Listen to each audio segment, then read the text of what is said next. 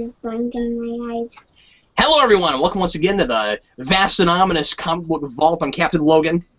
I'm Alex, superhero enthusiast. And this is Jason. Jason's going to help us out tonight. Are you going to help us out? Mm-hmm. Okay, so we're going to review lots of comics for you this evening. Thanks, as always, for joining us. We're live right now. If you're watching this later, obviously, we're not live right now. It's one of those perspective issue kind of things. Time. Yeah, time is weird. It's wiggy like that. Anyway, we did not broadcast last week because I was on a legendary road trip across the Midwest talking to comic store owners for a movie I'm making called The Midwestern Panels. I'll talk about that a little bit later. Anyway, we do have some books from last week that we would like to talk to you about. We're not gonna go down our entire pull list. We're gonna do new books from just this week first, and then a little bit later, Alex and I are both gonna talk about briefly a smattering of things that we reviewed last week. I want to say thanks as always to Elite Comics in Overland Park, Kansas for helping us out with the show. If you're ever in the Kansas City area, be sure to check out Elite Comics. They are absolutely fantastic and help us out, and we sure appreciate them. Alex, how have you been, man? It's been a couple weeks. I've been pretty decent. Can't complain. Right side of the dirt. We have not a huge amount of books this week. In fact, Alex read more than I did, which is astounding. I don't think that's ever happened before. Never happens. I don't know that Dan has ever had a week where he had more books than me. Maybe, I don't remember, but I always read a lot. This week was kind of small, especially compared to last week. Last week was insane. In fact, on the trip, it was a little bit ironic because I have a pull list, and so I couldn't get a lot of my books on the trip, and I was dumb because I was in comic book stores constantly going, I can't read my books. This is really ridiculous. And of course, we just had to have a huge amount of books on the week that I was on the road. Anyway, so we're going to go ahead and get into it here in a second. First, I want to mention that, as always, I'm going to give away a couple of digital books as we go along, so pay attention, because one of the questions I ask is going to be something that I'm going to give you the answer to as I review a book, and they're both going to be super easy. So if you're paying attention, and if you're quick on the draw, you'll be able to win yourself a digital copy of something that I'm reviewing this evening. Also, where to send things. If you want to ask us a question, we'll do the open forum as always at the end, and we'll do that for about 15-20 minutes. So if you want to send us any questions throughout the show, you can send things right now, and I'll just look back on stuff when we get there. You can send things to our Twitter, that's @Geekvolution on Twitter, or you can send things to YouTube as a personal message on Geekvolution, and I'll be checking both of those things. I don't know if I have the Q&A up. I forgot to do that, and I think if you don't do it at the beginning, you can't do it. I just realized I haven't done that yet. So I'm opening it now. If anybody sees that and you want to post there, you can post questions to me there. And anyway, so open forum at the end. Tell your friends. Okay, let's get started. And I'm going to let Alex do us up first. So Alex, any place you want to start, let's get rolling. Awesome. I'm going to start with DC, my digital first book, Batman Beyond 2.0, number 22. Like I said last time, Terry McGinnis wasn't actually dead. It turns out the Justice Lord's Batman Beyond suit actually has the abilities that the Batman Beyond villain Spellbinder has. So Superman heat visioning Terry McGinnis right through the brain was just an illusion. And so he escapes, goes back to the Batcave, and finds some secret message from Justice Lord's Batman. And I won't reveal what that is. It is revealed at the end of this, and then Terry gets that and then goes to rescue Justice Lord's Terry, who's been captured by the police, who in this universe are run by Dick Grayson. And Dick Grayson, I think they're setting up to be like the head of the Resistance or something in that universe, because he really, really does not get along with Justice Lord Superman. He really doesn't like him. So that was something that came up in this, was a little bit of character stuff for him, but more or less these are short issues. That's essentially just what happened. I'll grab my "okay, I'm done" sign. Are you finding that arc to be somewhat convoluted with the extra characters from another universe? No, it's only just difficult to talk about because I have to be like, okay, Justice Lord's Terry, Justice Lord Superman, and like, which one am I talking about? Visually, they're obviously distinct, so it's okay to read and follow. Is Justice Lord Terry like a bad guy, or is he just like Terry? He is part of the Joker's gang. He dyed his hair blonde, so that's how we can tell them apart. And it's like the Mirror Spock beard. Yeah, exactly. It's just one of those subtle little things involving hair. But I'm actually really enjoying this event, and I think they're weaving the two Beyond books together really, really well. And they're kind of leapfrogging one another, and the story's moving forward really, really well and really quickly. So I think this was 6 of 8, so we're getting towards the end, and I'm really, really enjoying it. Cool, fantastic. Well, since we're doing DC stuff, let's do something that Alex and I both read together. And Jason, what are we going to review? Batman Eternal. Yeah, it's Batman Eternal number 10. So we didn't review last week's book because, like I said, we weren't around. I gotta say, I'm enjoying more and more where things are going, but just this issue on its own, I thought was a little lackluster in comparison to the last couple. And Alex, I'll let you weigh in on it in a second. I thought the art was kind of not great, and I thought that. Who wrote this, Layman? I thought Layman had some really strange choices a lot of the time in his in his word choice and in just the way his characters were talking. There were some points where some exchanges just absolutely baffled me in where, especially just like weird little things. And it's gonna sound like I'm nitpicking, but this kind of thing takes me out of a book where there's this whole exchange where somebody's talking to Vicky Vale and she's like, "No, it's Miss Vale, not Mrs. Vale." And I was like, "Why'd you put that in there? Why did he say Mrs. Vale? Did he think she was married? Does this somehow reveal something about this character? I don't." They're flirting. And there's in quotes. So. Oh, is that what it is? Is it Yeah. I didn't pick up on that. If that's what was happening, I just I don't know. All the way throughout it, there were little weird things like that where I was going, this script needed another once over. But anyway, Alex, you can talk about actual plot things. Go ahead and get us into it some more. Well, Steve and I reviewed this over my channel and that show that we're doing that covers this book, so that's up now if anybody wants to check that out. Steve described this, I think, in the best way possible, and that was this is a checkpoint issue, and that is it's really convoluted. There are like 100 different plot threads thrown into this and storylines thrown into this and people that we need to check in with. Yeah. And so it's really all over the place. Trying to think what actually happened. There's some stuff that filled in the background, I guess, with Catwoman and Falcone. Yeah. Which was nice to see, because I'd been wondering about that since Long Halloween and Year One aren't in continuity anymore, and so much of the story is like weirdly kind of non-referencing that, and I don't really get how it works. But we got a bit of that here. There's the whole Julia Pennyworth thing from the previous issue that is only just briefly touched on. There's a conversation between Bruce and Jason, who randomly shows up at Wayne Manor. And he's just telling him to basically stalk Batgirl because he thinks that she's crazy and too emotional about... She is crazy in this book. It's fair. That's fair. She's way too emotional about what's happened to her father. And apparently she's going to South America. I don't know what that has to do with anything, but I agree with you that the writing here in the script is really not good. And I kind of wonder, like, I'm not a big fan of John Layman, but he's since left this book.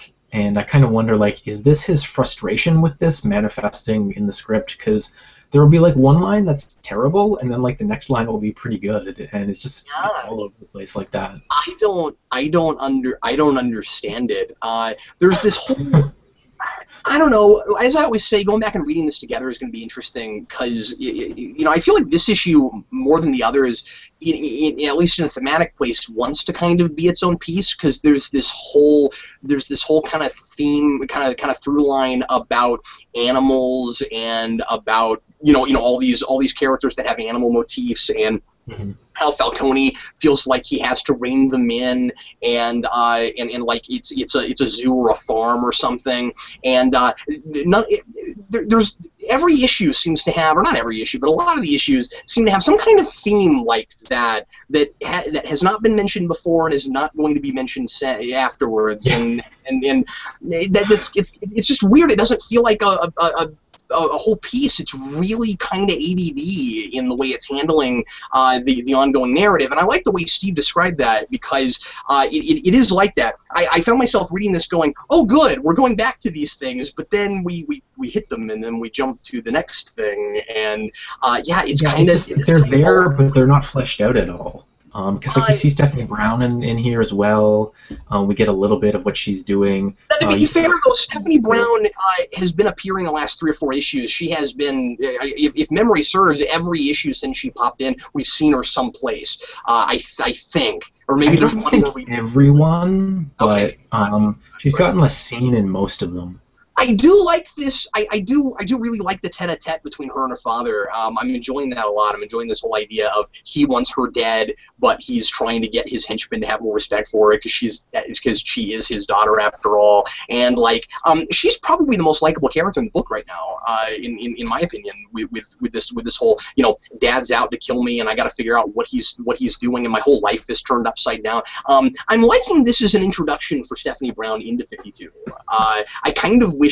Sometimes I kind of wish it was just her book, but I mean, it's a bigger, more complicated thing than that. But and at least the whole business of the Gotham police are after Batman feels like a thing now. It feels like it's permeating and important and matters now, and that they're actually going after him. So all of that is good. But also the whole thing with Professor Pig. Misunderstanding Falcone's name and deciding that he's a Falcon. I love that. That's hilarious. That's genius. I guess the other thing, and this is the big thing, is that it's revealed at the end here that Falcone is not the big bad behind this entire plot. It's actually some shadowy figure who we have no clue who he is. And they're only introducing that a sixth of the way through this book, which is kind of peculiar. Yeah, because it feels like we just started still. It feels like we're 3 issues in, and I don't know, man. I feel, maybe this is harsh, I feel this much jerked around with that because we made such a huge deal out of Falcone. Oh man, he's such a huge force. He's such a big deal, and I didn't buy it at the beginning. Well, when I first saw him, I was like, oh, this could be really cool. Maybe, and then the very next issue, or a couple issues afterwards, he looks like a different person, and I don't feel like they've even completely figured out what his character is. And then I'm like, oh, maybe they don't know what this. So when it was revealed that he's not the big bad behind everything, color me not surprised. And I also don't expect to be thrilled or excited about who it turns out to actually be. I hope I am. There's nothing to like about this. I'm still enjoying getting Batman on a weekly basis. And I mean, okay, fine, you can get Batman on a weekly basis. It's just always a totally different Batman. But I'm just saying that, like, I am kind of enjoying getting part of a Batman story every week, and I'm gonna somewhat withhold judgment until it's over for certain things. But I don't know. I will still complain about the art. I thought that people's faces looked really weird, and Alfred. There are places where Alfred looks like an onion, and I just, yeah. There are no backgrounds too, and that was something that we complained about in our show. Was like every other panel, it seems like there's no background. And given that this artist hasn't been on this book yet, that's really peculiar because you would think he would have enough time to do them. Yeah, exactly. I don't know. Sometimes it feels like a rush job. Well, anyway. Give us another book, Alex. I'm going to hit you with another Batman one. That was Detective Comics number 32. I want to marry this book. I'm in love with this book. I want to grow old with this book. This book is so good. I said before, and it seemed somewhat hyperbolic, that this is the best Batman book that I think DC has published in years, and I stand by that. This is really good. I don't know. I think because the first 2 arcs on this book were not very good, a lot of people dropped Detective, and they're really, really missing out now. Because if you're a classic Batman fan who especially loved that period, kind of post No Man's Land, where we had like Greg Rucka on Detective and Paul Dini on Detective, and kind of what they were shaping up Gotham in the comics to be was basically like a PG-13 version of the animated series, you're really going to like this book. It has that kind of vibe. Surprise, surprise. It's actually a detective story. And it has possibly the best opening page of a Batman comic that I've seen in a really long time. Batman's doing detective work underwater, and all of the thought bubbles are actual bubbles in the water. Cool. And just the art is gorgeous in this, but that first thought bubble, it sums up the whole character of Batman in a nutshell. Like he says what the basic plot of the book is, and then says, "I'm going to stop her killer." And it's like, that's everything you need to know about the character. You don't need to have ever read Batman before, or even the previous 2 issues in this run. You can just pick this up, and that's who he is. But the art continues to be fantastic. You know how like in every Batman book, there's like one panel that has like a really iconic Batman like pose or shot or something, and this has it like every panel that he's in. It looks like the most iconic Batman thing you've ever seen, and it's just like you turn the page and wow, turn the page again, wow. And so yeah, we move forward a little bit here. This is I guess in the middle. I think yeah, this 3rd issue of 5, I guess. So things are kind of slowly moving along. Harvey Bullock is in this as well and being developed quite nicely. We learn here he's actually a crazy cat lady. We see his apartment. Yeah, we see his apartment, and it's like you would expect. It's messy. There's like a basketball game on the TV in the background. But he's got like 10 cats. And he's got this big smile on his face. And it's like, yeah, I guess I could see that, Harvey Bullock being, you know, kind of a big softie. But Bullock is putting together the pieces of the crime. He is the wrong suspect. But Batman's also doing it. And then at the end, he goes to confront the villain, who is the Squid, who is this like D-list Batman villain based out of Chinatown. And the Squid has a giant squid, and Batman fights a giant squid in this issue. So this is maybe the best Batman comic ever, just because of that. He's been fighting a lot of animals lately. You know, like in what was it called? Death of the Family. He punches the horse in the face. Yeah. In Zero Year, he fought 2 lions last time. I don't know. I guess there's a long and storied history of Batman fighting animals, but we're seeing it a lot lately. You know, there's the whole shark on the ladder thing in the movie, and. Well, if you think about it, animated series did it all the time. Oh yeah, yeah. He fights crocodiles in the sewer, and there's like a panther one time. Yeah, it's nuts. I mean, I don't know that that's something I can ethically get behind, but but in a fictitious context, context, it's awesome. It's a lot of fun to watch. He dresses up like an animal, so it's okay. Escapist fiction. Put that stuff away and just enjoy it. It's hilarious. You're not watching. Batman fights a giant squid and wins. Cool. You know, I can't complain. This is just so good, and the art, like I said, is just mouth-wateringly gorgeous. I want so many panels in this just to be like posters that I can put on my wall. It's gorgeous. See, I keep jumping on and off Detective, and I guess I never look at it at the right times, because last time I was looking at Detective, they were doing that whole, like, everybody's having a shared dream thing, and I didn't really like that very much, so I didn't read on, and I haven't touched it since then, so... Yeah, I think a lot of people are like that, and I hope that this book is selling well, because this team is just awesome. It's Mantle and Buccellato. I can use another really good Batman book because I was loving Dark Knight, and that's done now. Mm-hmm. So yeah, geez. Okay, all right. I'll go back. You said that was 2 issues in. I'll go back to the beginning of that arc. Yeah, I definitely recommend it. Since we're still in Bat territory, I will very quickly talk about Batgirl number 32. This is really weird because they've got Gail Simone's writing Batgirl directly dealing with stuff that's going on in Batman Eternal, which I'm sort of surprised by, especially because her Batgirl is nothing like the one in Batman Eternal. Because she has, let's see, composure and self-control and all the kind of stuff that you need if you're going to actually solve problems and not just freak out about them.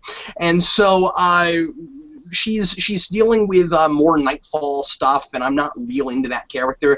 I didn't read all of the Nightfall story because I just didn't really love it, and then every time she's popped back in, it's been sort of like a on-again, off-again villain relationship where, like, sometimes they have to help each other and sometimes they're against each other. So it's this kind of it's this kind of weird relationship where they're sort of allies and sort of not, but she hates her and all of that. And I can't get a good grasp on I don't understand exactly everything she's about, and maybe I need to just go back and read that arc, and I would understand it better. Because I mean, I love Gail Simone. I'm sure there's more to that character than I'm understanding right now. I'm having a hard time getting behind the whole thing.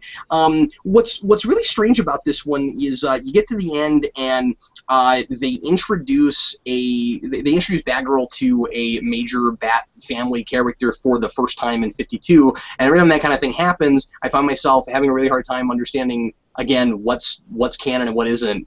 And I won't say who it is, but it's a major character that's worked with Batgirl a lot, and the fact that they've never worked with each other in this makes you scratch your head and be like, okay, so how much of that? Because it's like, okay, so Batman's history includes certain characters too, so it's kind of hard to be like, okay, so she was Oracle all those years, but then we'll just say certain characters she's never met before.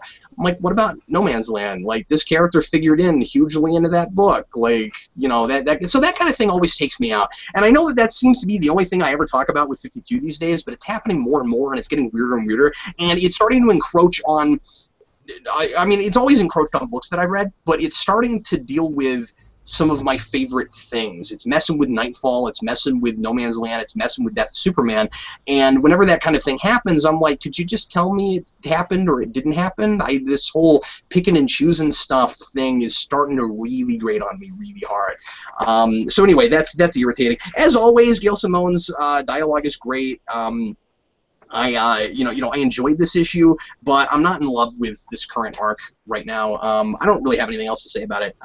But yeah, she's basically just trying to get Jim Gordon out of jail. Is pretty much what's going on, and there's like all these other things that are happening, and she's having a hard time dealing with the police and fighting with people because she's had a really rough couple of years here in 52, and Barbara Gordon, both her and Batgirl's track record, I'll just say, does not look great to anybody right now, which is the thing that kind of makes it interesting, that she looks like she's kind of causing more problems than she's solving, and so there's a lot of she needs to just be off the street. Although another thing that Simone does with this that I think is kind of strange is there's all these places where she's like, I've got to stop this, but there's only one Batgirl, and I'm like, well, there's lots of other superheroes, like, why don't you go to somebody else? And then at the end, other people show up and help her, but like, she doesn't go to them as far as I can tell. I'm just sort of like, well, okay, yeah, there's only one Batgirl, but there's lots and lots of other people in capes. Like, if you can't go to the police, it seems like there's somebody you could call. I don't know, but I don't know. Maybe she's like on the ropes right now with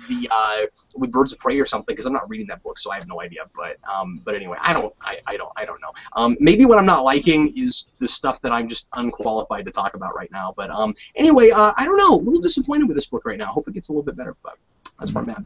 Bummer. Yeah, I know that's the big problem with the New 52, and I know that we say that every darn time, but it's just, it's a problem that I knew was there in the beginning, and it just compounds as time goes on, and I just have no clue what's canon and what's not. It is really collapsing under the weight of itself. And again, I've said this 1,000 times. I wish they just owned it, and I almost don't think it's too late. I almost think they could right now be like, you know what?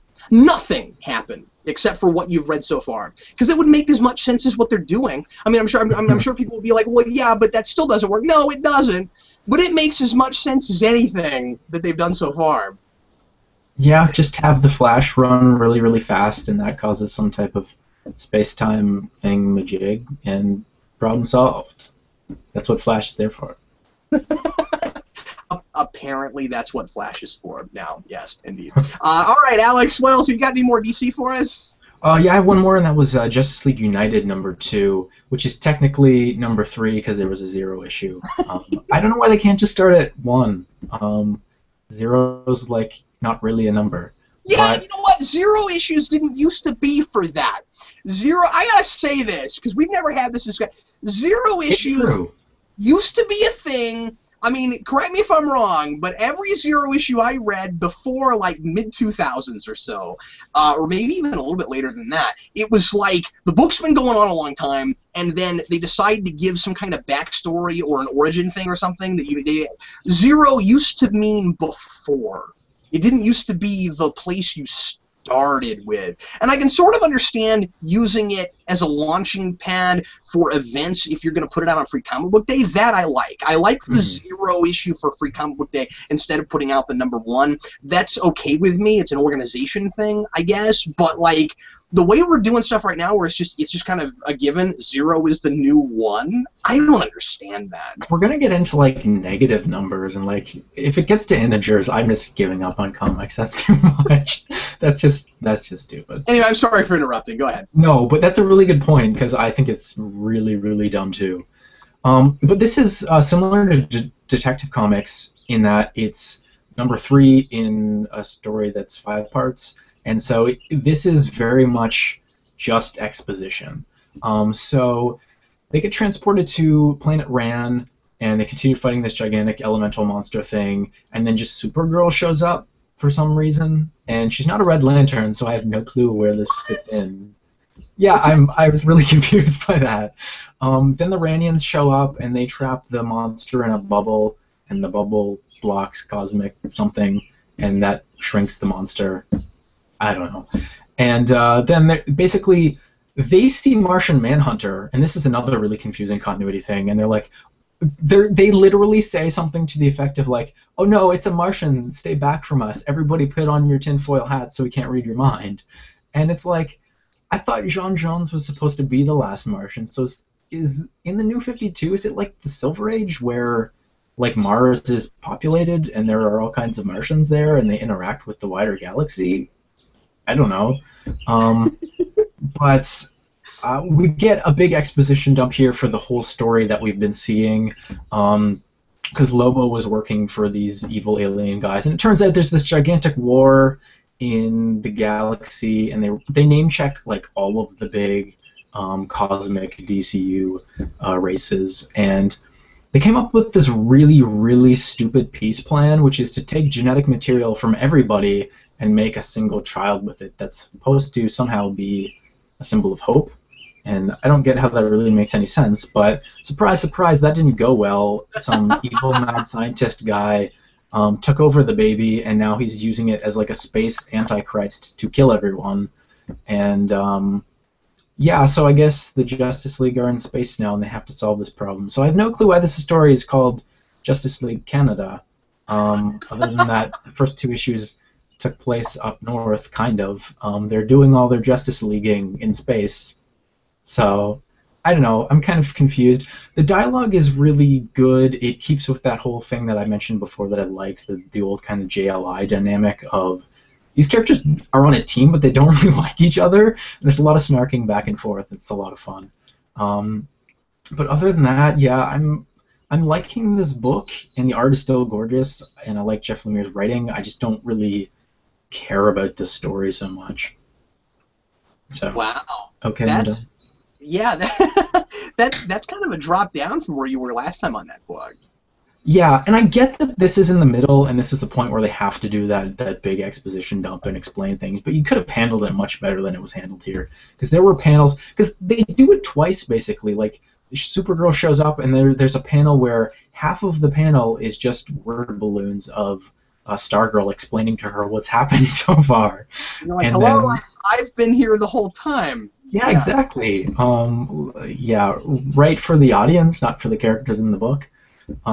So yeah, it could have been handled much better, and given that this is Jeff Lemire as well, like, he's a good writer. I like his stuff, and he's typically pretty good at this kind of thing. But yeah, I think he could handle background a little bit better than that. He does in Green Arrow. That's really strange, but hilarious. Yeah, it's really bizarre. I did not expect that. Oh, the other thing to mention is, last time Hawkman, Lobo chopped his arm off, and apparently Nth Metal turns you into Wolverine and can let you regrow limbs. So he's continuing to fight Lobo, but he's got this like meat stick coming out of his elbow. It's really weird. That sounds like the worst name for a superhero ever. Meat stick. Like, let's not start calling people. You know why they call me Meat Stick? It would have to be like an X-rated comic, I think. Moving right along. So my next book, and I feel so weird about what this is right now. My next book is Superman Wonder Woman #9. We're in the middle of Doomed. They're dealing with Doomed in an interesting way, and this is a little bit more like sort of the 90s way of doing it and sort of not, where it's like, okay, we've got this story arc. It's not an event because it doesn't have its own, I mean, it does sort of have its own title, but it's one of those bookendy things where there's like a #1 that starts it all and then it ends there, probably. Okay. Yeah. But anyway, and then it goes in between some other books. So it's in Superman and Wonder Woman, it's in Action Comics. I think it might be in Superman also. I'm not sure, but I forget. But anyway, but what it does is, instead of Doomed chapter whatever or number whatever, they get through a portion of it, and then they name it a subheading thing. So right now we're into Superman Doomed, Enemy of the State, and then we're in chapter 2 of that. That's how they're organizing this. So it's kind of interesting. I have no criticism of that. It's just that's how they're doing this, and it's weird because I haven't seen anything done that way in a long, long time. But anyway, so Alex, you ever read a book where Yes. Okay, I'm gonna finish what I was. You ever read a comic book series or arc like this where you both really enjoy it and are totally perplexed by it all at the same time? Like, where you're like, you know what? I don't think this is good. I don't think this is good, but I really like it. That's kind of where I'm at with this right now. Because it's goofy. It's really goofy. It's like early Superman Batman goofy. Like it's like Kryptonite Doomsdays everywhere goofy. Like when Jeff Loeb was writing Superman Batman. But what the big thing that, as silly as this gets, and I enjoy some of the silly, and I'll talk about some more of the silly, but and maybe this is just a personal barometer thing where there's a line that each of us individually draws for just how goofy a thing can get. Mm-hmm. Can we not call the Superman that's turning into Doomsday Super Doom? Can we just all agree that that's really stupid? Is it just me? Super Doom? Could we not do that? Super Day, Doom Man. Yeah. Doom Man sounds a lot better.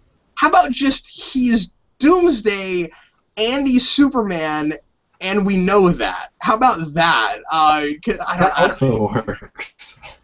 And what makes it worse is that Lois Lane names him that. So, like, she's writing about you open a book and you see an article that she writes. And by the way, Lois Lane in this universe apparently is a terrible writer, because every time they do an article, I'm like, that's really badly written, Lois Lane. I thought you were a good writer. Well, and she can't spell, but. Well, and she can't. And the weirdest thing is so first of all, she names Super Doom, and I just don't buy that Lois Lane would call anything that. And second of all, they can't decide how to spell it, because in the same article, and I know again I'm nitpicking, but in the same article, it's Super Doom with a capital D, and it's all connected, and then later it's like Superhero Enthusiast. Later, just like that, Superhero Enthusiast, but then later it's Super Doom with a space in between. That's perverse. And the article bookends it that way. Like, it opens with that, and it closes with it spelled differently, and I'm like, guys, it's one article on 2 columns. Surely you could take one look at that and be like, that's not consistent. Anyway, I'm sorry, I'm complaining about stupid stuff, but that just was weird to me. So here's what I like. I like this notion of Superman kills Doomsday. He never wanted to kill. He killed because he had to. The only possible way to stop Doomsday was to kill him, and his payment for this is that he accidentally inhales the disintegrated Doomsday, and it infects him and turns him into Doomsday. I kind of like this. I think this is kind of interesting, because what Doomsday can do, and yes, it's goofy, but it's Doomsday, and Doomsday's gonna be a little goofy. Doomsday's the ultimate killing machine, so it would make sense even if you kill him, he could still hurt you. Yeah. Yeah, I'm okay with that. And the other thing that's cool about it is we know that the whole point of Doomsday and his creation, whether it's in 52 Kryptonian or not, the whole idea with Doomsday was no matter how he dies, he can come back to life. I like the idea that he could become an infection. and then the way he comes back to life is he takes over somebody else and becomes them, or forces them to become him. I'm cool with that. I think that's kind of fun, and I like the potential implications of what it means that Superman will become Doomsday. The execution is way off. Everybody is reacting to this in very strange ways that don't seem the way that these characters or any real person would react to it, and that's what I am mostly bugged by. Because what the book really wants to be, and it's like this when Soul writes it, it's like this when whoever is working on this is writing it, they seem to really want this to somehow be an internal conflict for Superman, that somehow like Doomsday is changing him or something, and it reflects badly on him personally, and everybody has to wonder who he really is and who he has been all the time. That's not working, because what they are consistent about is what exactly it is that's happening. It's simply an infection. It does not reflect badly on Superman, and I don't understand why anybody is reacting to it in any way other than what it is. What would have been far more, because what they do at the beginning of this issue is they've got Doomsday and Clark Kent inside of his mind arguing. And these personalities are completely separate. What would have been far more interesting is if Superman was somehow corrupted, if like Doomsday tapped into a dark side he had already or something and brought out this, like, you know, sort of like what Superman 3 attempted to do, except that didn't work either. But you know what I mean, where it's like okay, everybody has a dark side, even Superman, and maybe Doomsday can tap into that. But what it really is just another mind control plot. It's just somebody else gets in your head and takes you over, and then because you want to force some kind of, you know, make some kind of manufactured drama, you've got everybody reacting like, oh no, what does this say about Superman? You guys are overthinking it. Doomsday took over his body, and the only reason, so there are all these places where Wonder Woman's like, oh, I sure hope Superman is still in there somewhere, or I sure hope that this doesn't mean something bad about Superman, and she's like arguing with Hessier about it and stuff, and I'm just like, he's still Superman, and clearly, even from your perspective, he hasn't changed. So what we know is that and I like this idea too, is that kryptonite does not affect Doomsday, the Doomsday part of Superman. So the government shoots him up full of kryptonite, and when that happens, it just takes away more of Superman's ability to control the thing. Now, he's still in there. It's not affecting him. It's just that he can't control the Doomsday part. So the more kryptonite that gets on him, the more Doomsday is able to take over. Okay, that's fine, but don't act like somehow this reflects badly on Superman. Why are we throwing him under the bus like that? I don't get that. The other thing that's weird about it is they create a huge Kryptonian or kryptonite mist across the whole globe, and this is Lex Luthor's idea, and they act like that somehow will somehow not affect human beings at all. And from everything I've ever read, no matter what continuity we're in, no matter how many crises we've ever had, a person that is exposed to kryptonite for too long, that's always bad. And I don't know if they're going to change that for 52 or something, but I want there to be some kind of catastrophic consequences to that, because you put, correct me if I'm wrong, but no matter what it is, you put that much radiation of any kind whatsoever in the atmosphere, and it's gonna affect people. I was a little bugged by that idea, and again, maybe I'm reading too far into it. That bothers me. I'm like, really? You know, put all that kryptonite in the air and then act like it's fine? Maybe it won't be. Is Lex just coasting on his whole victory in the Justice League book? That's just, yeah, it seems like it. Although that's not... That's a really, really stupid idea. Yeah, it's a stupid idea. So anyway, but on the other hand, the writing's good. I still love Wonder Woman and Superman's relationship. Red Lantern Supergirl is in this book, and that's always cool. So anyway, I don't know. I'm enjoying it. I know I'm mostly complaining about it. It's a fun read, but if you're using your brain, it doesn't make a great deal of sense, and I don't like the way people are reacting to Superman. Anyway, I'm done. Yeah, no, that sounds like it has some interesting ideas. It's just, yeah, the execution is not good. Okay, that was Rambly. Your turn. Are you done with DC? I'm done with DC for this week. Yeah, go ahead. Okay, yeah, I am too. Do you want to move over to Marvel then? Let's do some Marvel, and before we do Marvel, why don't I go ahead and throw out a question for digital code. Now, once again, folks, if you're watching right now, you can send me answers to Twitter or to Geekvolution on YouTube, and this one is going to be for a book we're going to review here in a little bit. All New X-Men number 28 I'm going to give away.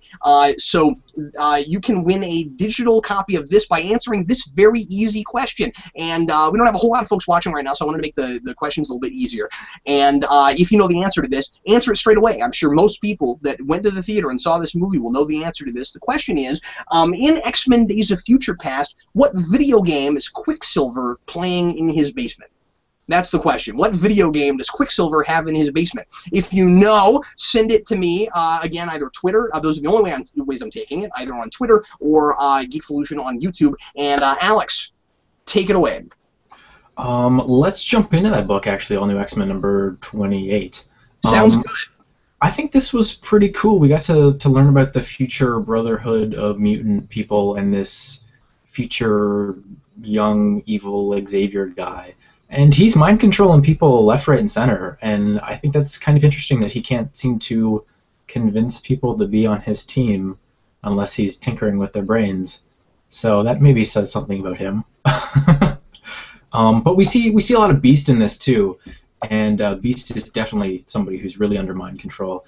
And I liked how he's really toying with him and letting him loose and be conscious and cogent again, because he wants him to beg to go back in time. And there's some interesting time travel stuff in here, and that future Beast is essentially crazy because of what he did and all of the far-reaching effects of the whole time travel thing that's going on in X-Men right now. But yeah, that was the focus of this issue, more or less. There was a bit of stuff, them attacking, which we saw previously, and I guess we see how that's going to turn out with Jean Grey saying she's got something big planned. But yeah, I don't know. It was enjoyable. It felt like a bit of an aside, though, like they kind of stopped the story to go tell us a little bit more about these people. I didn't see it that way. I felt like this is where things were heading last issue, because they reintroduced these future guys last issue, and there was kind of this mystery built up as to why in the world are they back, and that was the big thing you and I were asking. We were like, well, we thought we were done with these people. What I really love this is that all the X-Men are like, we thought we were done with these people, and then you have an explanation as to why we weren't. I love how Bendis thinks about time travel. He's got to lose a lot of sleep at night the way he's thinking about time travel, because when he has characters say the obligatory, "Oh man, time travel makes my head hurt," I don't think it's obligatory. I think it's Bendis going, "Ah, my brain!" I think that's what's going on. Right, what you know. You've got all these crazy paradoxes that are potentially going to happen if we don't fix the past X-Men thing, if we don't fix the future, and this whole. I really enjoy this whole idea of the X-Men in the future. Well, they're not really the X; they're kind of evil Brotherhood guys, kind of. But I mean, like the evil Professor X guy running these guys. That we get to see them setting up their plot to go back in time for the first time, but they don't know it's not the first time they've done it. And that's really fun. I really enjoyed that. Bendis is thinking, and he's every time in this book.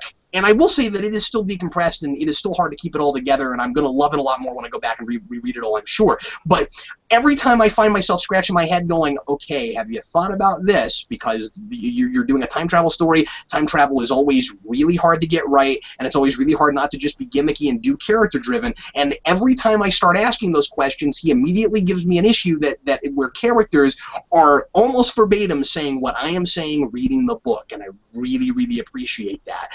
It's almost like Bendis is watching the show, and he's not. He gets what readers are thinking when they're reading his book, and and it's not just about writing for an audience. What you have to do is you have to write for yourself, and you have to go, okay, what questions would I be asking if I was reading this, and that's working really well. I am so skeptical of Professor X, or this version of Xavier. I am so skeptical of him. Every time he says something, I think he's lying. Every time. and I'm very interested to learn more and more about this guy, because every time we learn more about him, I think I know less about him. I think that there is a whole thing behind this. When he starts, finally we get a little bit of motivation for him, but I don't think we have motivation for him. Where he's like oh, you guys ruined my father's plans, and you're spitting on his memory, and you renamed the school even. Renamed the school. I think he's laying that on a bit thick. Yeah. I don't think that whatever he's about has anything to do with humans and mutants finding a way to coexist. You can tell by the way he does things that he does. He's nothing like Xavier. And if he was, he wouldn't be about revenge. That's the thing, is that I just don't buy that motivation. And I don't think I'm supposed to. It's going to be very interesting to see where all that goes, but like, I really enjoy reading a character like this that I do not understand and that I'm not meant to, because it's challenging me. I get to keep guessing, and I get to keep trying to figure him out. This is one of the most fascinating villains I've seen in a while, and I hope it's not too long before we finally start to get what he's about, because that could get a little bit cumbersome. It could get irritating, but right now I'm really enjoying it. Yeah, I am too. I mean, I wouldn't say that he's not at all like Xavier, because throughout X-Men history, Professor Xavier has done some really kind of questionable things. And it's kind of like they took that aspect of the character and just rolled it into a single character, and it's like they're playing Xavier as a villain. And I think that's really interesting. And I could be totally wrong. He could just be really misguided. That could be true, too. We still don't know, and I'm enjoying that so far. Yeah. And once again, thank God that like it's all about Beast now. Like, I feel like it finally found its stride. Well, not that it didn't have a stride. That's not the right way to put it. What I mean is, I felt like this book was kind of slowing down and kind of hanging and sagging for a few issues. And now that we're back to the "this is all Beast's fault" thing, I feel like it's really on track again. So anyway, yeah. That's what it's about. I mean, this whole story started because of a decision that he made, and then he kind of fell out of focus for a while, and they're bringing the focus back to him, and that makes perfect sense because he is responsible for everything. The next thing I'm going to talk about quickly, and I got to be honest, I don't have much to say about this. It's Original Sins number 1. So they're doing some tie-in offshoot things, and I thought I would take a look at a couple of them here and there, because I'm liking Original Sin all right so far, especially issue 3, which came out last week, and I'll talk about a little bit later when we briefly touch on some last week's stuff. But yeah, this seems to exist for a couple of reasons. It's a little bit jumpy. The first part, this is separated into 2 parts, and the second part is longer than the first part, I think. And what it's doing at first is it gives us a setup for it gives us a setup for a tie-in. Work your mind around that, and then it gives us a young Avenger story that looks like is going to be the main thrust for this book, because that's not setting up another thing. So at the beginning of this, it gives us an introduction to the new Deathlock, and I really got the sense that we got a new Deathlock because of S.H.I.E.L.D., especially because he looks a lot like Mike Peterson. He's not the same character, but he looks a little bit like the Mike Peterson from the show. So I was sort of like, oh, I think that's kind of where they're going with it. And he's got that same sort of thing of somebody's controlling him, and oh, Jason's got the Original Sin's eye. Look, they made these. Oh, that's cool. Yeah. There's going to be, they put this one out, and then there's going to be one other one that looks different for when the last issue comes out, apparently. So anyway, I found that while I was traveling. But anyway, so anyway, that's just kind of the setup for Deathlock. It was okay. I'm not planning on reading that, but it was all right. And then the second half of this, I just couldn't even begin to really care that much about. It's this. I guess all of this is S.H.I.E.L.D.y, because the second story has a bunch of calls in it. Yeah, because the second half has a bunch of Coulson in it. But anyway, so we've got the Young Avengers being sent on kind of a mission by Shield, and honestly, I don't even remember what happens in it. They find the Hood and they fight the Hood, and I don't really have any idea what yet that has to do with Original Sin. Honestly, no idea what that has to do with Original Sin yet. So I wasn't invested. I didn't care. So the idea with Original Sin is that in the second issue, I think. The Watcher's Eye makes a whole bunch of people that are around it learn secrets that they didn't know before that are somehow related to them.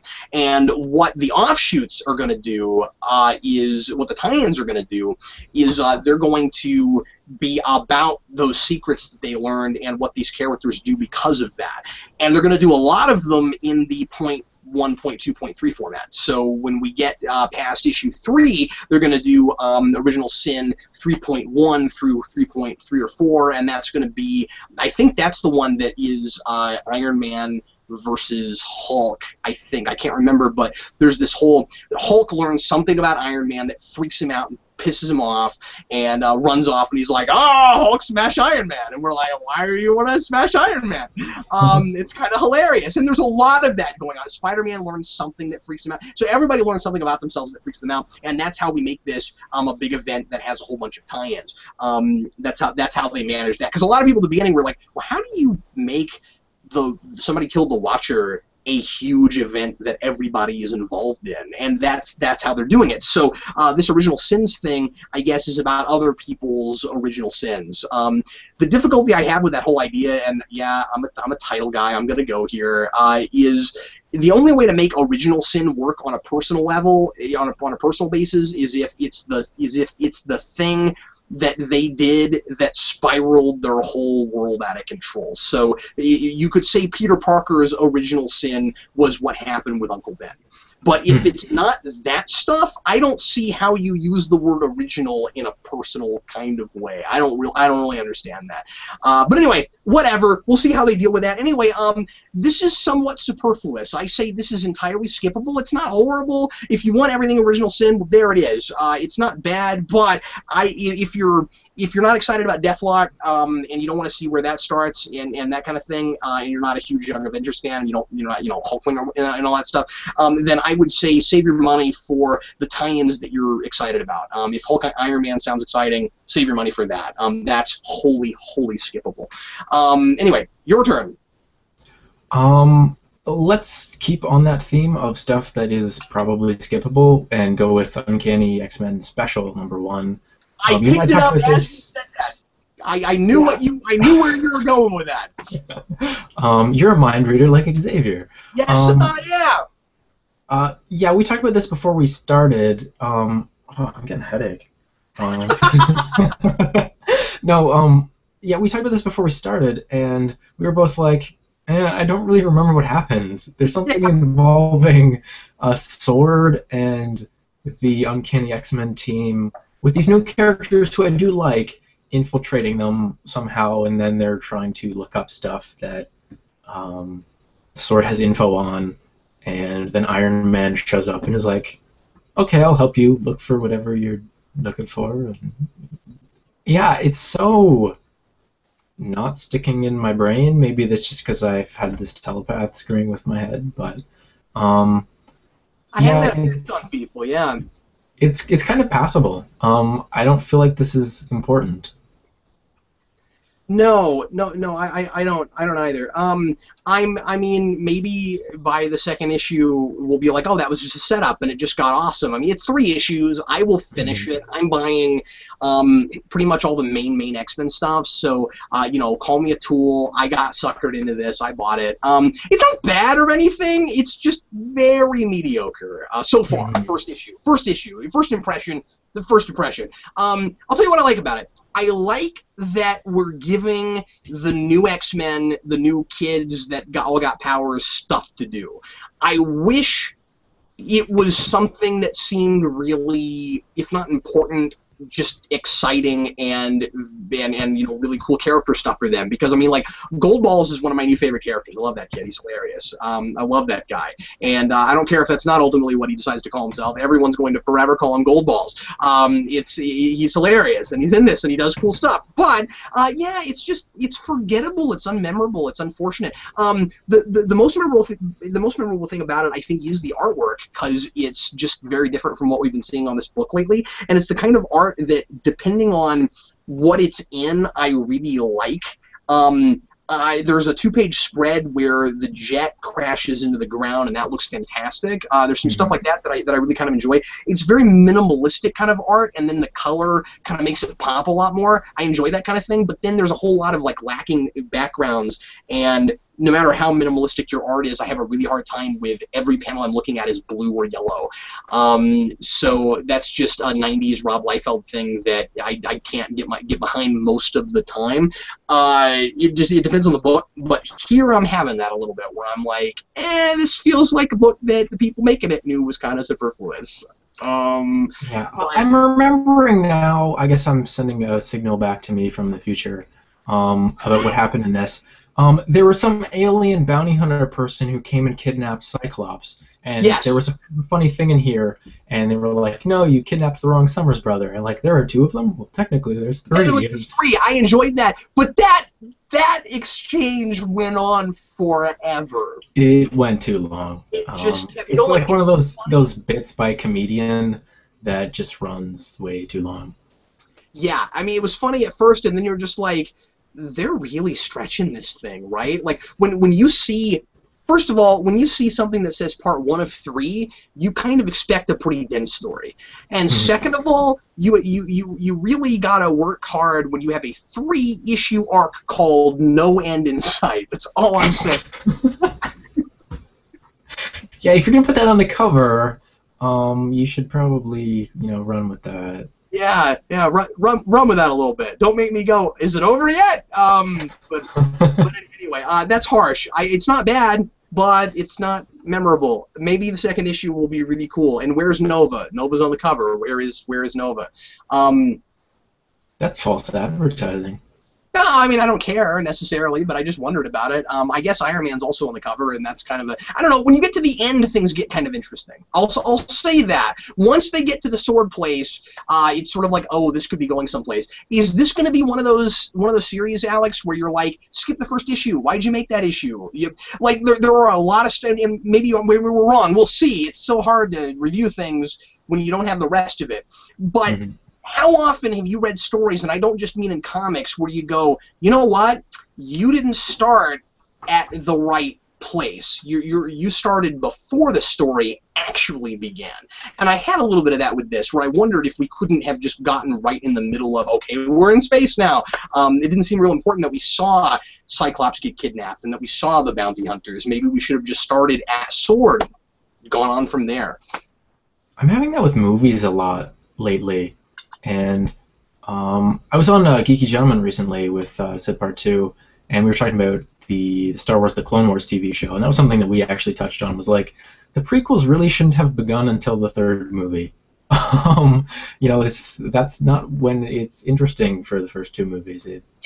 Yeah, occasion for story is important. You have to break the status quo in the right place. And if the status quo doesn't get broken yet, then you've started in the wrong place. That's how you know. If your character would be doing the stuff that he's doing for the first half an hour of your story anyway, cut it. I feel like they could have told this whole issue in like maybe 3 panels, really. Yeah. Maybe 3 big panels, but 3 panels. So, anyway, well, that was harsh. Moving on. Whose turn is it? Is it my turn? Yes. Well, let's move on to something completely different. It's Spider-Man Learning to Crawl, number 1.2. So, right, I reviewed the first issue of this, and I was very surprised by how much I loved it. I think I even called this my favorite book of that week, and I wish that Dan Slott, I'm going to say this, I wish Dan Slott would just write Spider-Man in the past all the time, and that's all he ever wrote. This is still really good, And I can't believe that. This is Dan Slott on Spider-Man. I've always been kind of down on Slott on Spider-Man. I don't care for what I see a lot as the kind of gimmicky way that he introduces ideas, and that he'll have really cool notions for things, but then he just doesn't execute it right. This isn't like that. I mean, yeah, it's only 2 issues so far, but it's a pretty simple story. Boy, if he's just mimicking the original crew, if he's just going back and okay, we're going to do a Stan Lee Ditko story, and I'm going to make it just like that. Well, he's great at it, and it doesn't feel like a ripoff. It feels like he's adding, like, real meat to this stuff. I love it. And what's weird about it, and I talked about this briefly last time, is that it looks like the 60s. But here he starts adding a little bit of current tech, so it's the 60s, but we've got internet, which is kind of fun. Like at first I was like, oh, I wish you'd keep it more ambiguous than that, but then it's sort of like, well, this would feel like a story that doesn't work at all in the present status quo if you didn't do that, where it would feel like, okay, I'm going back and I'm writing an out-of-continuity Stan Lee story. This is not that, and I wonder if I wonder if Dan Slott isn't, wow, that was weird. Some of those letters are in both of those names.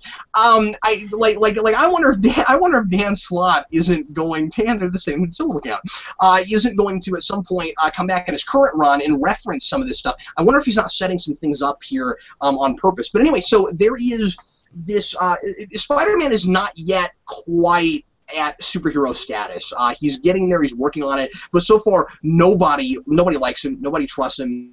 And what I like about it is the realistic nature of this is everybody remembers that he was a wrestler, and he's still kind of hired on as a wrestler. So all of a sudden, this wrestler just starts swinging around the city. How are people going to react? I kind of like that idea. And then there's this other guy who is trying to make his name as a superhero, or as a costumed character anyway, who has like these sound.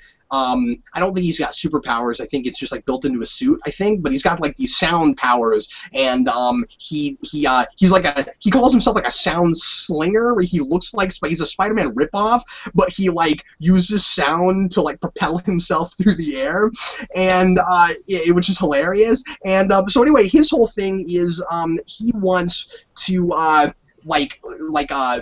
manufacture a fight with Spider-Man in order to make money.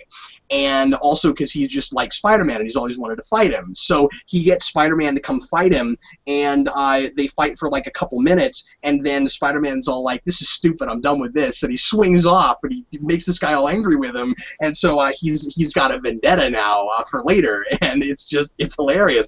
But it's very much the kind of stuff that Stan Lee was doing with Peter Parker, and what I really like about it is that he's beginning to get the whole responsibility message, but he still messes up a little bit. He hasn't just like, it's not a light switch, okay, now I understand exactly how to make my life work.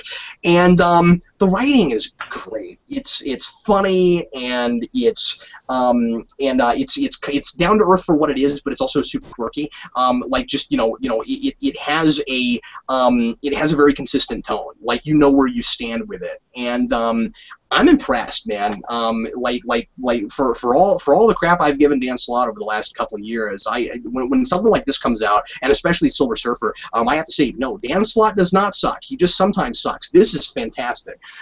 So anyway, yeah, read that. So cool. Who's doing the art on that book? This is, yeah, I should have said that because it's Ramon Perez, and it's like this. And it looks fantastic. I dig that. That's groovy. Yeah, it is, and that's the best word to use, I think, for the period that we're harkening back to. Yes, it's nostalgic. Yes, it's a throwback kind of thing. But it's working for my taste. I don't know. I might be too gushy on it. Maybe other people don't think the way I do about it, but I like it. I think it's great. So anyway. Yeah, of course it gets good right when I jump off the book. Oh, go back. That's only the second one. Just go back. Okay. Yeah, I'm definitely liking the sound of that. So. Well, and again, you didn't jump off the book. This is not Amazing Spider-Man. This is 1.1, 1.2. Like, the thing is, you have to count stuff like that like a miniseries now. Mm-hmm. They publish them with those numbers to try to entice collectors to go, well, it's technically in the number count. It's not, though. It is, but it isn't. You know what I mean? Like, what we're doing with Marvel now is we just don't make miniseries anymore. We just go 2.2, 2.3, and we try to entice people to do that. But, like, no, that's not part of the main book. It's its own thing. Okay, cool. I'll definitely check it out. Why do you have two of these? Why do I have two of these, Jason? Well, because I accidentally bought two of these. That's why I have two of those. Anyway, I'm sorry. What do we got next, man? Captain Marvel #4, and last issue of this I was sort of so-so on, and this is a little bit better. Not a whole lot happens. She's in this sort of courtroom scene for the first, like, third of this with all the different aliens who are being screwed over by Star-Lord's father, and they're all debating, like, whether or not she's a spy or whether or not they should let her help them, or whether or not she can even help them, because the thing that always gets repeated with Carol Danvers is, like, she's just good at hitting things, and you know, she's not the best person to be sent out into space to deal with diplomatic things. And later on, she suggests, you know, doing what they tried to do before, which is build a ring world, which I'm assuming the way that they described it meant it was a ring around the planet and not just one in space, because that's another sci-fi thing. But they're like, yeah, that'd be great, only we don't have a fleet. And they go and show her their fleet, and it's basically just a junkyard. And it's kind of cool to see Carol, who is a pilot, kind of looking under the hood of some of these planes and looking at the engines and stuff, and, like, seeing that side of it. And then they start building up all these characters who it feels like there's going to be a team. There's, like, this big bruiser guy, and then there's, like, a quirky robot kind of side dude, and the green alien who was in this before, and then there's, like, the eccentric engineer who has, like, tentacle hair. And it's very much in that mold of, like, Firefly or something like that. So I'm okay with that, but at the same time, it's like, we already have a Guardians of the Galaxy book. Why do we need this?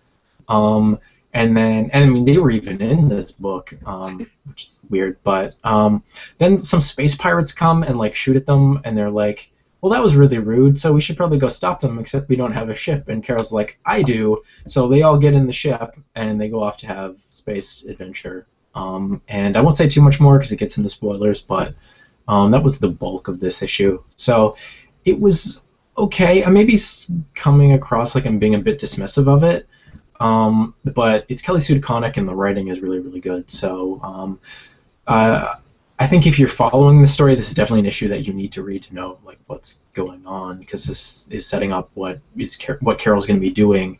But I'm kind of skeptical about this being or becoming like a team book, so I don't know how long that's going to last.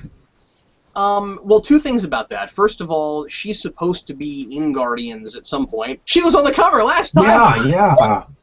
Secondly, expect, like, let's not be naive about this. Until we get to August, expect two things. Expect nearly every character you're reading to go into space, and expect everybody to meet Guardians or one of the Guardians characters at some point. Just be ready for it. Expect that, because it's already happening a lot, and we're only in June.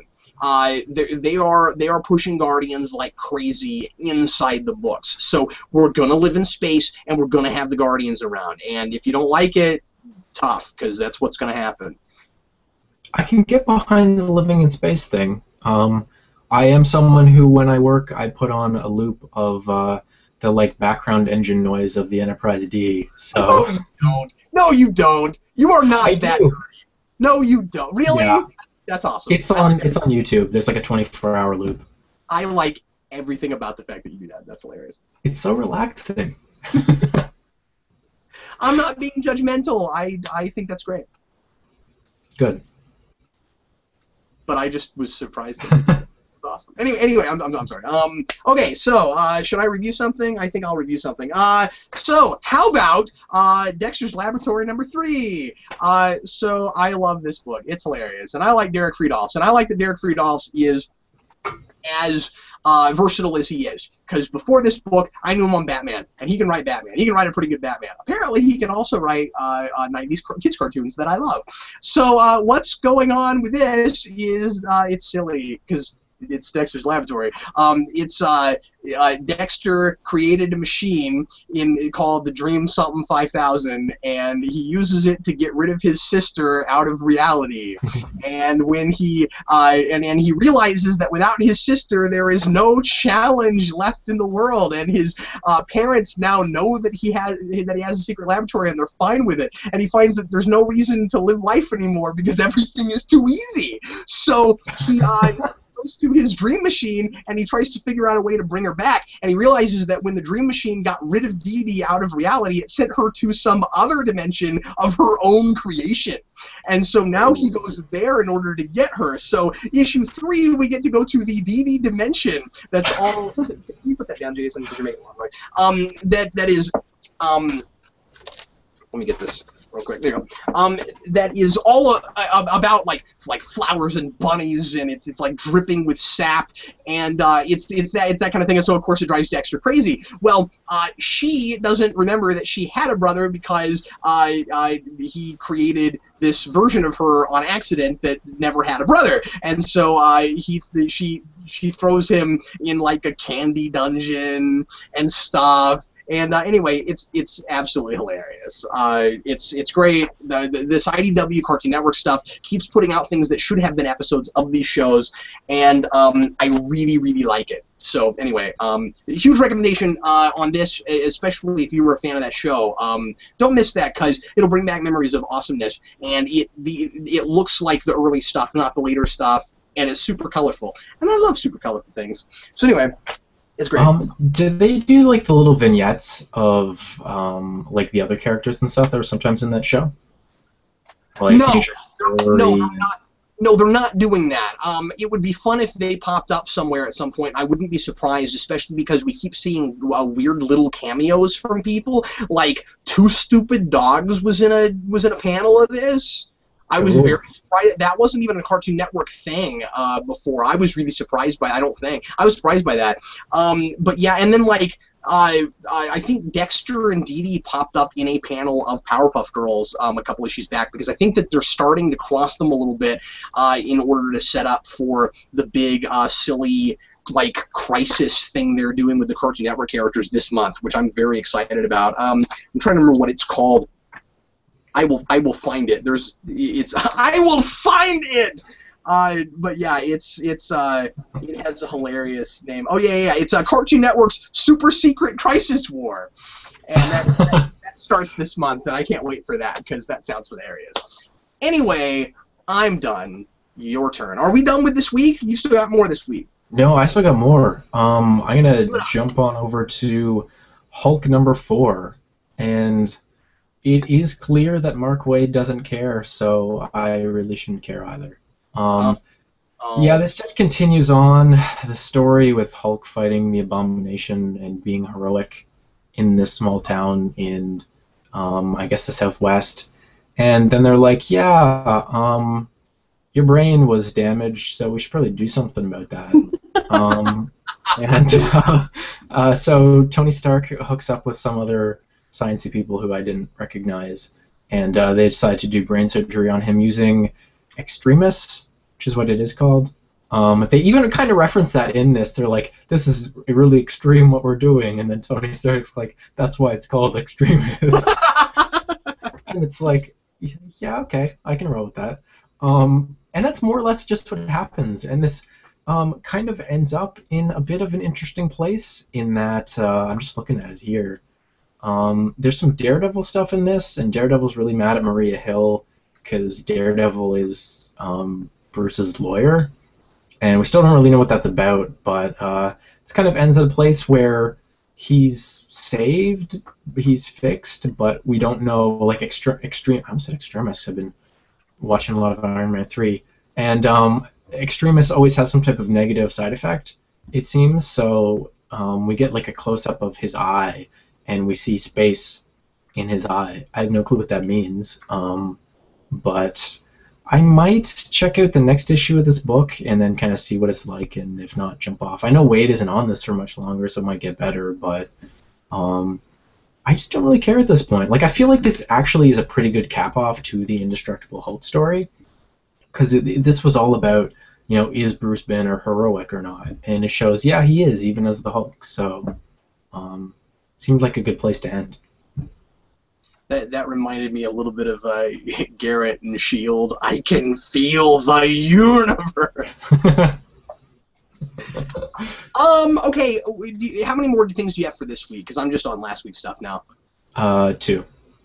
Okay, why don't you go ahead and roll ahead, and then I'm going to briefly just count down a few things of here's a book I read you should read. Okay. That's what I got left. Go ahead. My last book from Marvel was She-Hulk #5, I guess keeping with that trend.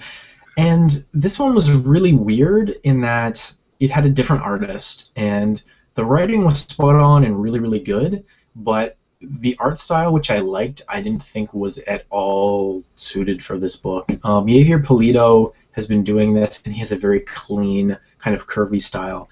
And this artist, who I'm not too familiar with, their style was very much like really extreme Frank Miller. Like Frank Miller when he did Ronin and like 300 and even kind of Dark Knight Strikes Again. It's that very kind of jaggedy, roughly inked, sort of slightly manga-ish style, and I don't feel like it suits this book really at all, especially with the very kind of almost bubblegum color scheme. But this book is starting to build towards some type of larger story where somebody in North Dakota sued a bunch of superheroes and supervillains, and so they're kind of trying to figure out what that's about. She-Hulk. This starts with She-Hulk going to Shocker's apartment because he's one of the people, I guess, involved in the lawsuit, and he freaks out and runs away because She-Hulk showed up at his apartment, and they do a bit of a cat and mouse, and then she's like, "No, I'm just here for law purposes." And there's a really great discussion with them where he's like, we villains measure you heroes according to like different levels. And he's like, if it's a Hulk, doesn't matter if it's Lady Hulk, Red Hulk, Green Hulk, Purple Hulk, whatever, always run. And then he's like, and Thor's too. And she tries to explain like, there's only one Thor, and he's like, no, there's the fat one with red hair, and there's like the horse-faced alien one, and there's like the blonde hot one, and then she's like, no, that's like Valkyrie and Volstagg and Beta Ray Bill. And he's like, I don't care, they're all Thors. The other side of this is her paralegal going to North Dakota, and we're starting to see a little bit more with her, and that she's the one with the monkey, and the monkey always stares at people and does weird things to them, and the way that they draw their eyes, it's almost like they're psychic or something. They see something going wrong with this town. I don't know if it's in the past or in the future or what, but they're trying to find out information there, and it turns out there's some type of mind control, something or other going on here. Whenever anybody talks about this case, people start kind of going squirrely. There is, I guess, another side to this as well with Hellcat and Tigra, who I'm not really too familiar with, and she just tries to talk to her, and then she goes kind of squirrely because she's being mind controlled too, and then they fight, and that's more or less it. There is, I will say this, there is a literal cliffhanger at the end of this, so that was kind of neat. But I'm hoping the regular artist is back. Again, I don't hate the style, I just don't think it's suited to this book.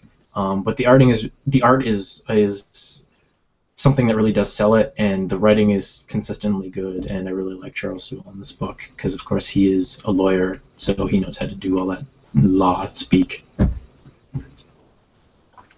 Awesome. That sounds hilarious. It is a really good book, and it's a lot of fun, and yeah, a lot of it just does come down to the dialogue and the character interactions, and I just thought that whole thing, because they're sitting in his apartment on his couch, and he's like, most people would threaten me, but you brought me Chinese food, so I'm gonna help you out. It's really, really funny. It seems like people are digging Shocker more and more because of Superior Foes of Spider-Man, and he's not really like he used to be in that book, but I guess that's the characterization we're doing with Shocker now. But I'm assuming that that's why you saw Shocker in that. We learned some interesting stuff about him too, in that he, because of his gauntlet things, he has a lot of concussions.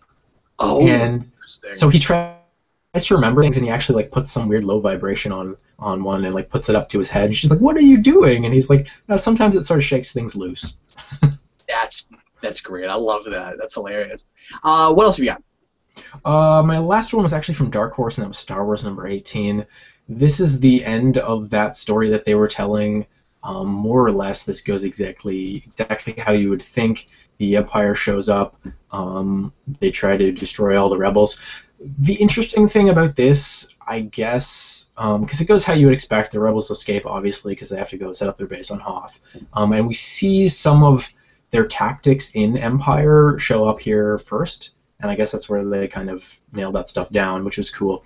But the big thing was the Vader thing in this, and that the Emperor calls him up on their hologram phone and is like, you know what? These rebels are just a nuisance. You don't need to worry about them. You're Darth freaking Vader. You can worry about more important stuff. And he's like, nah, I should really handle this. And then the Empire's attack on the planet with the rebels goes horribly, horribly wrong. And Darth Vader's like, well, I know you're my boss and all, but you know, I really got to deal with this stuff personally. And that's a great explanation for why, you know, when we see the Empire attack the Rebel base in Empire Strikes Back, he personally goes. He personally goes to Cloud City in that movie. So it shows why he has taken that approach and he's doing things personally, because the only person you can trust is yourself, I guess. The Empire has a lot of really incompetent people. Hence all the Force choking, I guess. Well, and if you're going to have people be that incompetent, you've got to build it into your narrative and make it make sense. It can't just be a thing that happens. Yeah, yeah. So I liked that, and I liked how it fit in, and I really enjoyed this story. I don't know if Brian Wood is continuing on with this book, or what the deal is, or what this is going to be going forward, because I know the Star Wars rights are moving back to Marvel, or at some point with the whole Disney buyout. So it's already happened. We know that Dark Horse is losing the license, and I don't remember. I think they said how long they had it for, but it's not for very many more months. Yeah, so I don't know if they're going to try and tell another story, or if it's just going to be a short story, or what, or if this will continue on and involve them setting up their base on Hoth, or kind of what the deal is there. I should probably, do some research before I start talking about these things. But I'm curious to see. Sorry. It sounds like that would have been a good in cap, like a good cap off part, like. Yeah, because he says the end at the end of this issue. So.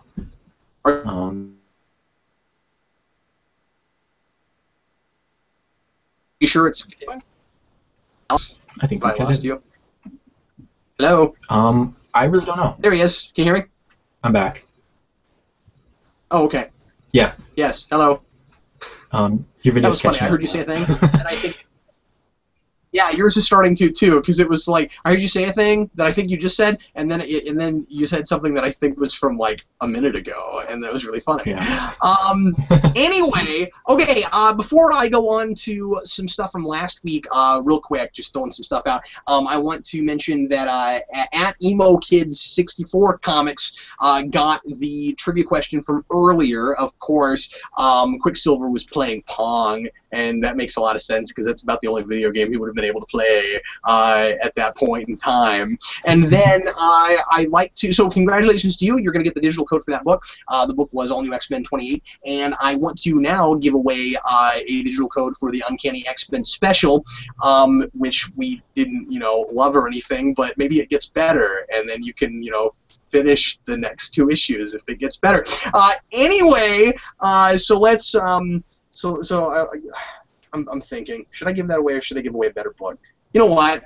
I'm not going to do that. I'm not going to do that because I didn't like that book that much, and I just thought about it. I was like, you know what? That wasn't that good. No, I'll give away a book I like better. How about if you really want that one, I can give you that one too because I'm not going to need that code. Anyway, Original Sin number 3 I'm going to give away, but I'm going to give this away with a question from the Uncanny X-Men special. So if you're paying attention, you'll know the answer to this. It's very easy. The question is, what organization was trying to recruit some of the newer X-Men in the Uncanny Special? Alex mentioned it briefly, so if you know the answer to that, you can win yourself a copy of Original Sin number 3, which I'm going to mention here in a second, and I thought it was just great. So anyway, you can win that. So here in a few minutes, a very brief few minutes, we are going to, not that I can make minutes any briefer than they already are, we're going to do... 60 seconds, that's the rule. That's right, that's right, that's the rule, Alec. Cannot be broken. It's like matter, you can't create it or take it away. Anyway, so we are going to, here in a couple of minutes, do an open forum. That's where we talk to you fine folks for a few minutes, talking about whatever cool stuff's going on right now, anything you want to ask us, any news that's happening. I might talk a little bit about my trip from last week.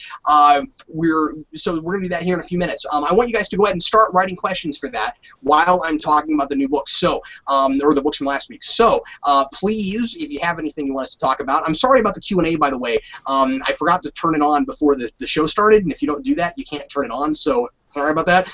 Comments I don't get to see a lot of the time, so I'm not going to go with those. Twitter, personal message on Geekvolution. And please send those now if there's anything you want us to talk about, but otherwise we will talk amongst ourselves. And the first thing I want to do before that is, so send that trivia question and then send us questions. Send us copious amounts of interesting things to talk about related to Superman, only Superman today, just that's all it is. Related to superheroes and comic books and the comic book culture currently, the way it stands at large. Right now, going down a few books, I'm going to recommend some stuff from last week because we didn't get to... I'm not going to talk about my whole pull list where I'm going to recommend some things. Alex can recommend some stuff. I want to start with Original Sin number 3. This was really good, and I'm liking this more and more as it goes along. The one thing I will say about this is that it's one of those things where whenever a major character that used to be more major than they are now shows up in a book, you know something is either going to happen to them or the big surprise somewhere is going to be about them. And in this case, that's Nick Fury. And there's actually another character that is kind of like that too, where you're like, what are these characters doing in the big major Marvel event? We never do anything with 616 Nick Fury anymore. So that should not have surprised anyone. But I really am enjoying the whole everybody knows secrets they didn't know before because of the Watcher. I'm still having that thing where it's like, oh, there's too many characters, and I don't know a lot of them, and I don't care about a whole lot of them. But the mystery is interesting. As far as events go, it's really good. Jason Aaron's doing a good job of that. Moon Knight. Number 4, this is beautiful in 1,000 different ways. So the thing about Ellis is he knows how to write a 22-page comic book. He knows how to tell a whole story in one comic book. I don't care that this hasn't got an arc yet, because this is what comic books are supposed to be. I don't mean to say that we can't have long-form storytelling. I like long-form storytelling, but can we have maybe 5 more of these? 5. Give me 5. We only have 2 or 3. I think he's done with 5 or 6. Unfortunately. Yeah, give me 5 more of these, and I don't mean without. 500 more. I love this. What's that? Give me 500 more. I love this book. I love stuff like this. Yeah.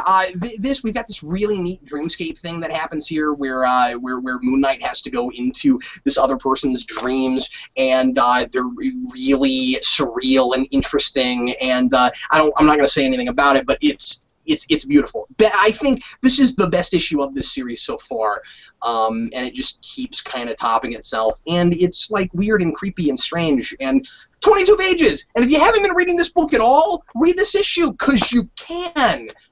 Fantastic. Magneto is good.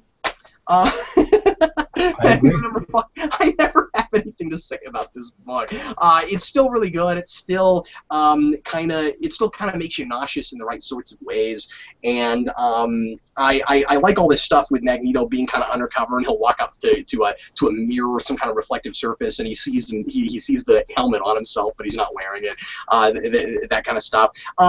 I still hope it starts to pick up a little bit, but I am really liking it. Miles Morales, Ultimate Spider-Man number 2. There's wigginess happening here. There's a clone of Peter Parker now. Okay, so now we're doing some kind of sort of pseudo-clone saga in Ultimate, it looks like, because, Peter Parker shows up at the end of the last issue, and we're like, well, that's not going to be actual Peter Parker, they're not going to bring him back that quick in Ultimate, why would they do that? Yeah, it's a whole clone thing, and they're dealing with that in Jessica Jones and stuff, so, yeah, it's interesting, I like it, but, I don't know if I would have gone there, but, we'll see where it goes. That's interesting. Still really love that character. we got a new miniseries for Tiny Titans. I want to recommend this. I wish this would just come back regularly because I love this book. It's hilarious. But we got a 6-issue mini for Tiny Titans, and I'm going to take all I can get. In this issue, one of the Brainiacs goes to the Tiny Titans treehouse and shrinks it down and bottles it. And the Tiny Titans have to go find some other kind of treehouse, and they do hilarious things like they go to Swamp Thing and they think that he's a treehouse, and they pull him out of the water, and then Swamp Thing's like, "I'm not a treehouse," and they're like, "Well, you look like a treehouse," but he's not a treehouse. And then Alfred tries to give them a treehouse that's actually a Batcave, but it's filled with penguins, and there's not enough room for everyone. And anyway, I always love this book, and maybe I'm glad they've been on hiatus for a while, going in and writing other Tiny Titans-esque things for other companies, because this is as fresh and funny as this book has been ever been, really. So yeah, anyway, so yeah, if you've never read that, now's a good time. It's funny, and don't feel like you have to be a kid, because this will turn you into a kid again. That's what it's for. Ninja Turtles number 34. Took one look at this cover and went, yes, Metalhead! Metalhead! We are taking a lot of my favorite characters from the old cartoon and doing serious things with them, except this isn't that serious. It's actually pretty freaking hilarious. Yeah, there's a little bit of contrivance going on in this book in order to give Metalhead all of the things that he's supposed to have and all of the weapons he's supposed to have. Where, like, there's this scientist guy that's been working with Donatello who makes Metalhead because he thought that a Donatello turtle shape would be good for a mechanical bodyguard. Of course, what could possibly go wrong? And then he gives him all these laser cannons and things, and there's all these hilarious panels where he goes haywire, of course. And the Turtles are like, why does he have all of these laser cannons and other things? And the real answer to that is because the character in the cartoon show had that, and they want him to look like that. So I love that we're still doing this, and that we've got Slash in this book, and Slash is going to be in a big part of the next issue again. And like we're going back to a lot of those characters. I'm waiting for Rat King. Rat King. Please, someday, Rat King. Those are the things I wanted to recommend from last week. Did you have anything, Alex, besides what I mentioned, that you'd like to recommend? Yeah, the first arc of the Punisher book wrapped up last week, and it was really good. I won't really say anything about it because, again, that gets into spoilery stuff with how it ends. Also, Swamp Thing, since you brought him up, that reminded me that book was out last week. And it's not a treehouse. He wasn't a treehouse, but it was still very, very good. And this was round 2 of the Swamp Thing Aquaman fight, which was awesome because it's underwater, and Swamp Thing is like Swamp Thing, but he's all made out of seaweed and stuff. And I won't say too much what happens in the issue. The way that Aquaman fights him is to telepathically control all the fish that eat seaweed to go and eat Swamp Thing, and that's how he temporarily defeats him. But Swamp Thing kills the villain and like saves the day, and Aquaman's like, I don't really like you, but I guess you're all right. And then Swamp Thing pulls the biggest alpha male thing ever on Aquaman. He goes, plants have lived in the ocean way longer than animals. You live in my kingdom. So I'll let you be king of Atlantis and whatever, but don't forget, I'm in charge here. And it was like, holy crap. Cool. That is really cool, because I don't think we've ever seen these two characters interact before. Yeah, and we should. But I'm going to say it, man. We didn't need 52 for that. No, we didn't. And that's the really weird thing, if we want to jump into a bizarre meta discussion of the New 52, is all of the great stuff about it didn't really require the reboot. Nope.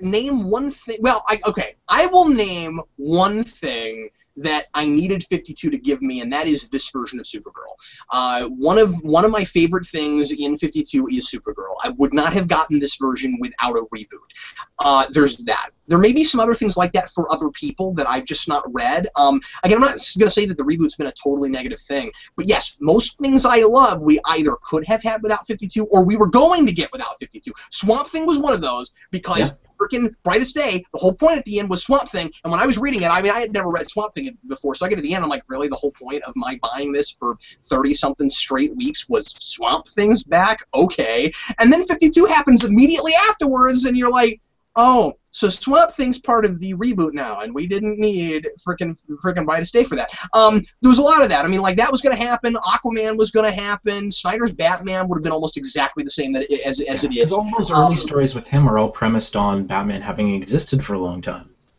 Yeah, they are, and also he's constantly calling back to that stuff. Black Mirror set up a lot of things. Batgirl is constantly doing things with and referencing Gordon Jr. And all of that stuff. I mean, like, there, from Black Mirror. So, like, there's all this stuff that, no, I don't think it would be. I mean, maybe Zero Year wouldn't have happened the way it does, because there's he kind of can take some liberties and maybe do some reinventing of the mythology, but he was already doing some of that, and I don't know that Court of the Owls wouldn't have happened without 52. I kind of think it would have, but speculating, who knows? I'm just saying that I do think you're right. I do think the majority of things that you and I like about DC right now, we still would have or could have had. Mm-hmm. Plus a lot of great stuff too, because they likely wouldn't have driven away great writers like Paul Dini and Greg Rucka and a lot of other people. So. And imagine what we would have had if we still had an artist too. I forget the name of the guy that was drawing. Well, I don't know if he's been driven away or if they're just not giving him anything. But I forget the name of the guy who was drawing on Gotham City Sirens when Dini was there. But he's one of my favorite artists now, and I can't remember his name, but I love his art. And I haven't seen a lot from him from DC since then, but maybe he's done something, and I don't know. Okay.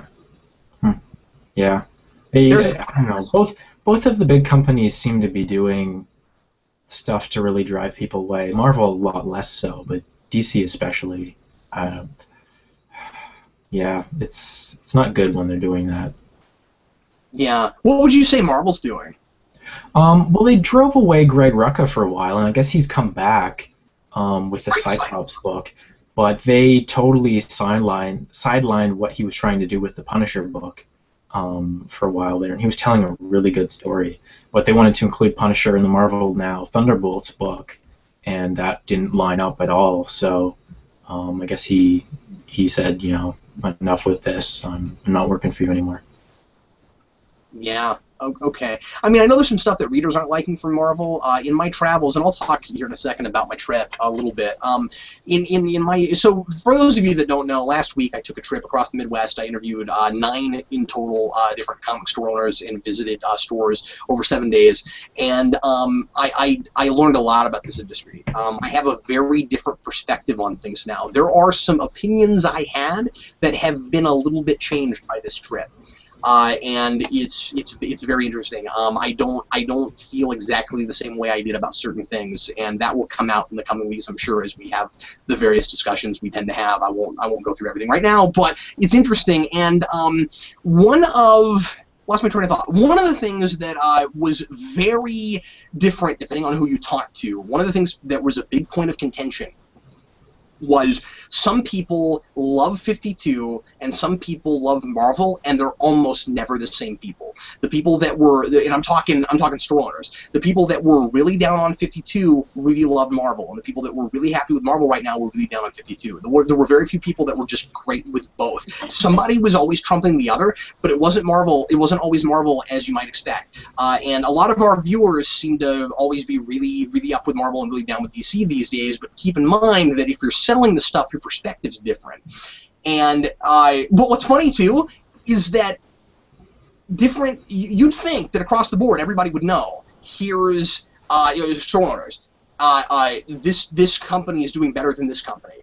Not so, and maybe they're only looking at their own store numbers. But I mean, like, some people told me 52 has stayed great since the beginning, and other people have been like, it's fallen off now. They're going to have to reboot or something again because it's in trouble. I mean, different things. It was really interesting. The complaint I heard most about Marvel is that they have too many books now and they start over too often. That was a big complaint because I guess there are a lot of customers that are long stay customers that it irritates them when things go to number 1 too often and it's too gimmicky. But other people that didn't bother at all. So it's kind of interesting. But yeah. So that seems to be the biggest complaint about Marvel that I hear right now is they can't keep a book. They can't keep a title in the same numbers for more than like 12 or 14 or something. But then some of that seems to have to do with back issues. Some of that seems to be about just organization of store. It's hard to decide where to put stuff if you are a big back issue store. Believe it or not, I found those. You'd think, most of the time back issues don't really keep stores afloat. I found a couple that were huge back issue stores, and those were the places that don't like Marvel right now. Interesting. I guess that makes sense with everything that you explained. Yeah. So anyway, I don't know. There's tons of stuff. We took, I want to say we shot 500 gigs of film last week. This movie is going to take me forever to make. We got a lot of stuff.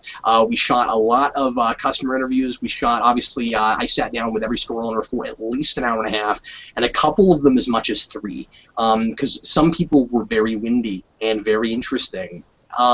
We shot big stores, we shot small stores, we shot really popular stores, we shot really far away stores. We talked to people that were really happy with the industry. We talked to people that were really angry with the industry. We talked to people that were happy with the distributor, with Diamond. We talked to people that hated Diamond, that were angry.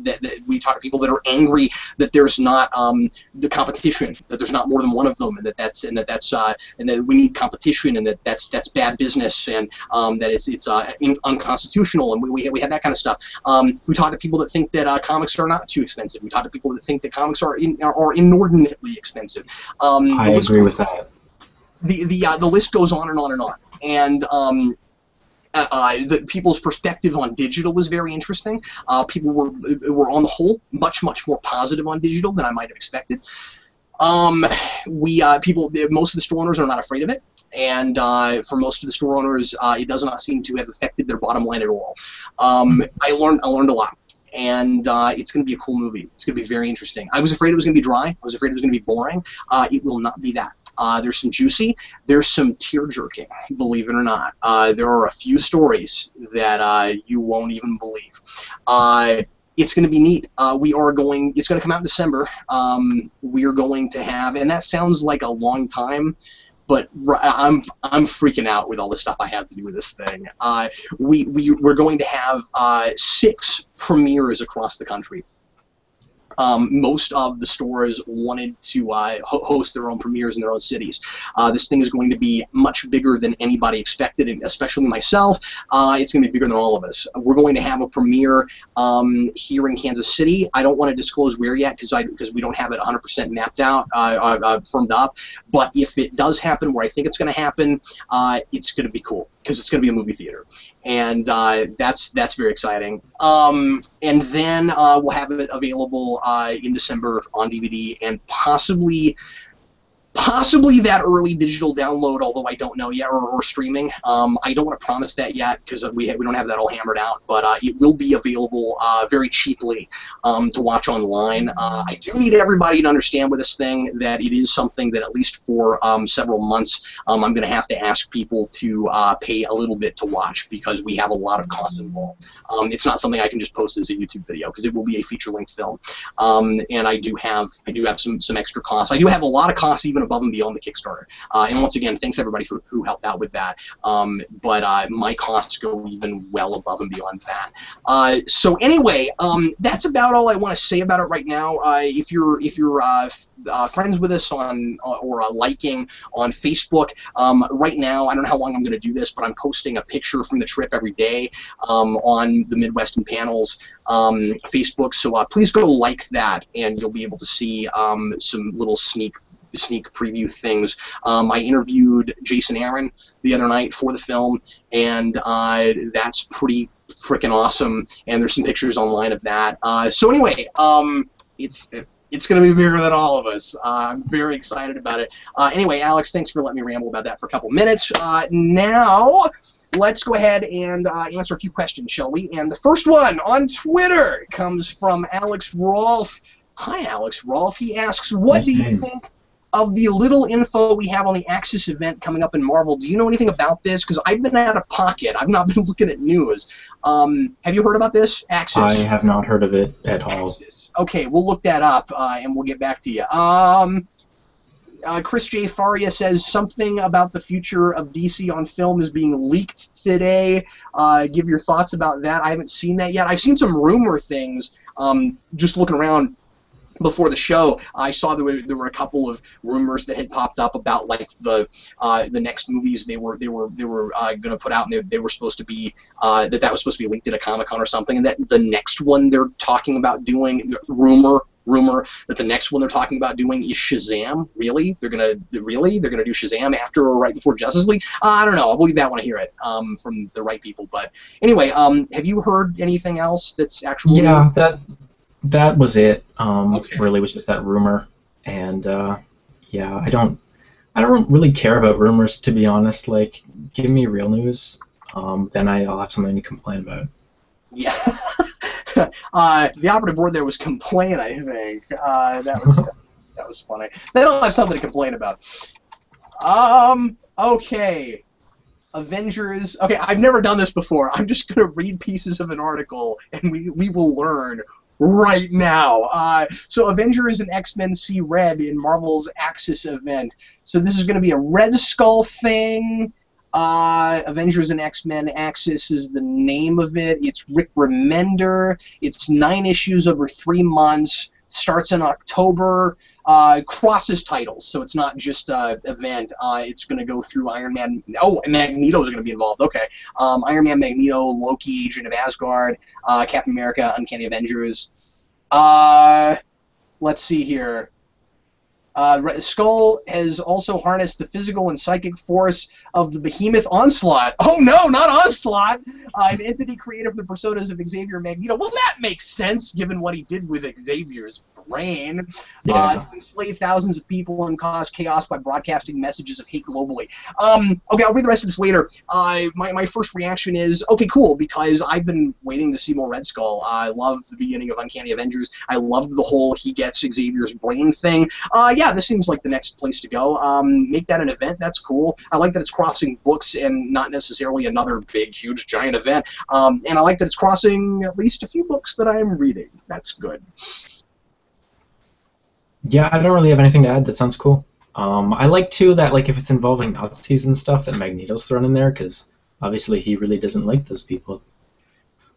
Timur Mugo, what do you think of Vincent D. Onfario cast as Wilson Fisk? You told me about this before the show started. I didn't even know about it.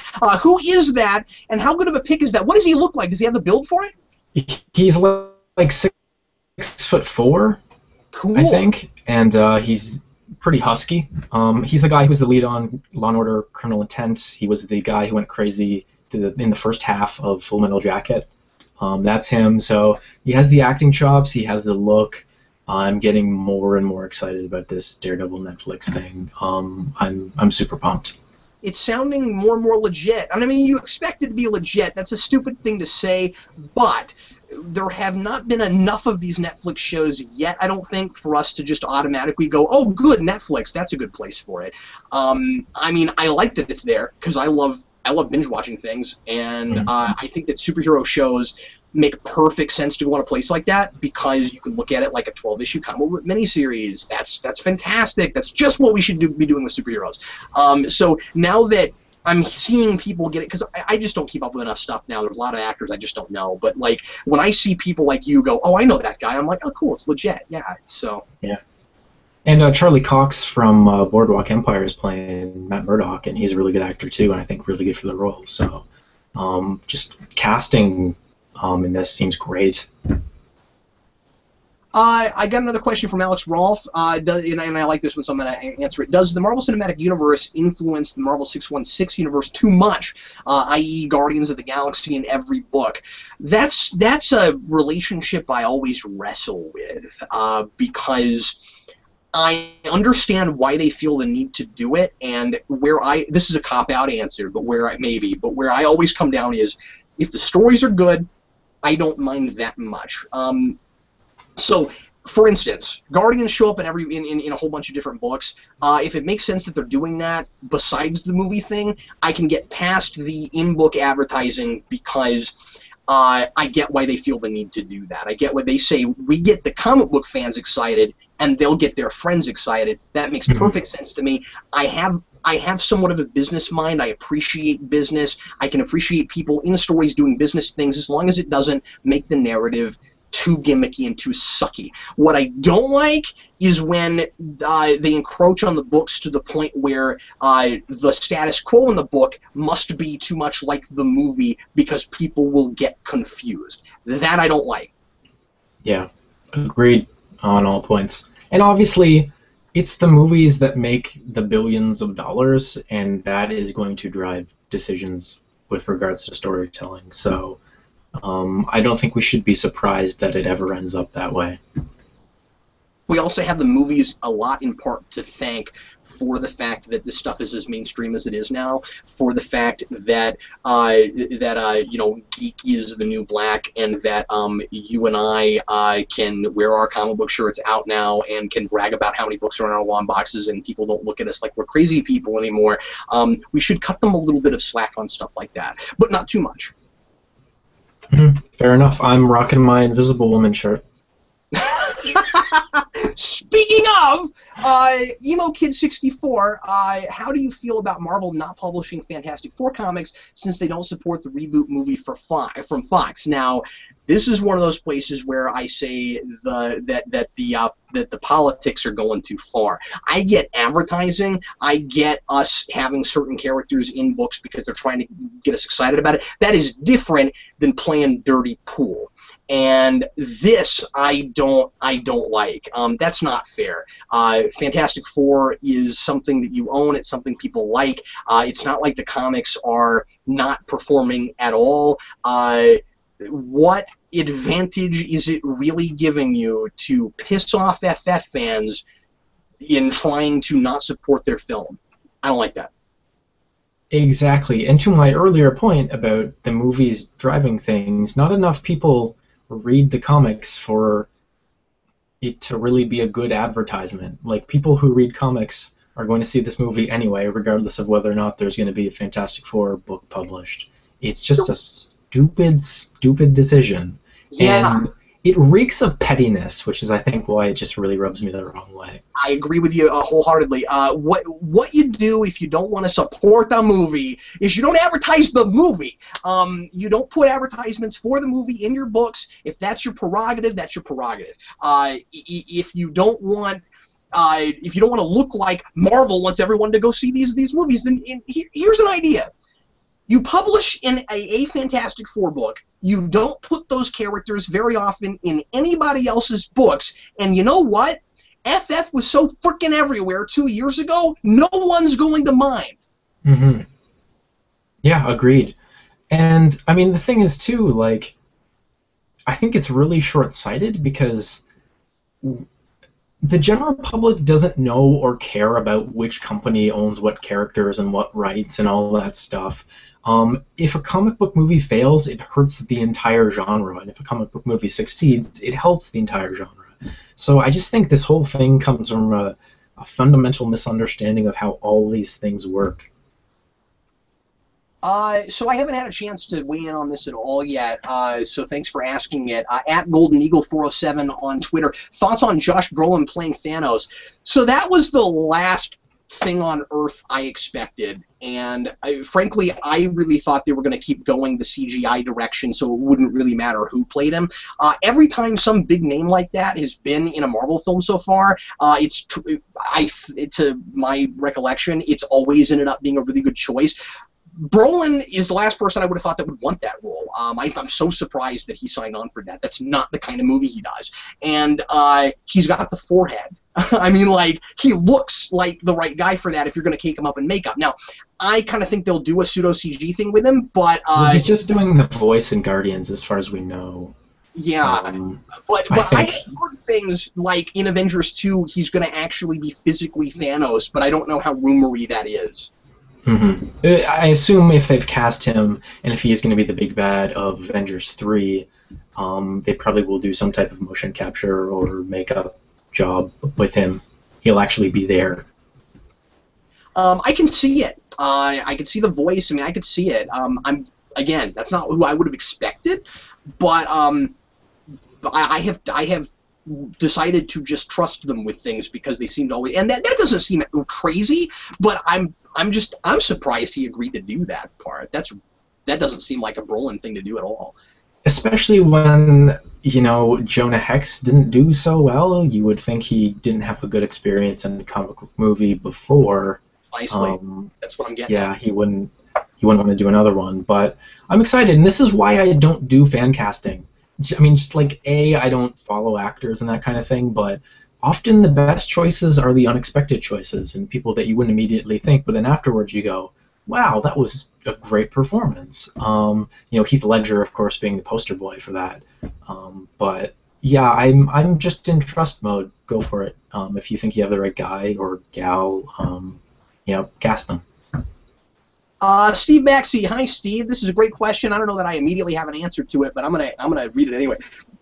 Excuse me. Is there any character we haven't seen that you guys wish had a Marvel Now or New 52 relaunch? Well, my first response to that is Marvel is giving everybody and their grandma a single book right now, so if there is anybody I think of, I'll just sit around and wait for it to happen. The big one that I was really pushing for was Spider-Man 2099, and we're getting it this month, and I'm so excited about that, and it is Peter David, and it's like frickin' Christmas. It's everything I asked for when I sat on Santa's lap last year, so yay for that. As far as 52 goes, I mean, I'd love to see Resurrection Man come back.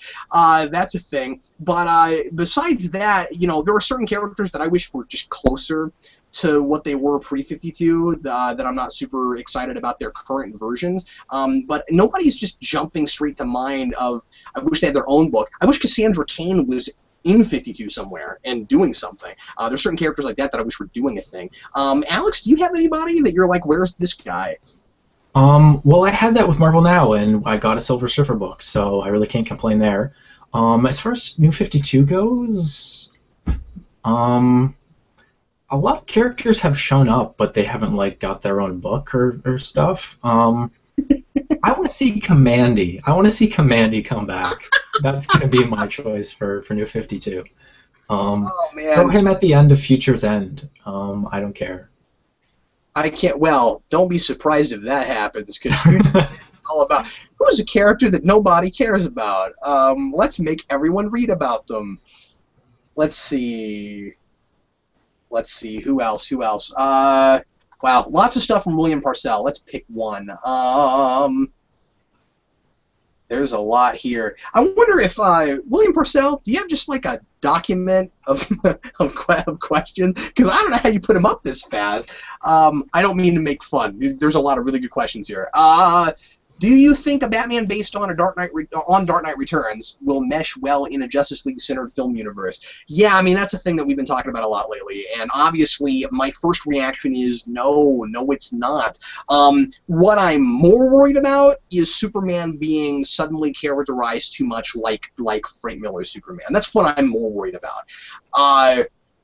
But as I always say, movie's not out yet. Let's wait and see what happens when it comes out. I would be very surprised if there was much taken personality-wise from Dark Knight Returns, and if it's not more plot point and like physically what he looks like type stuff. Like, we've seen the suit now; it's got that logo.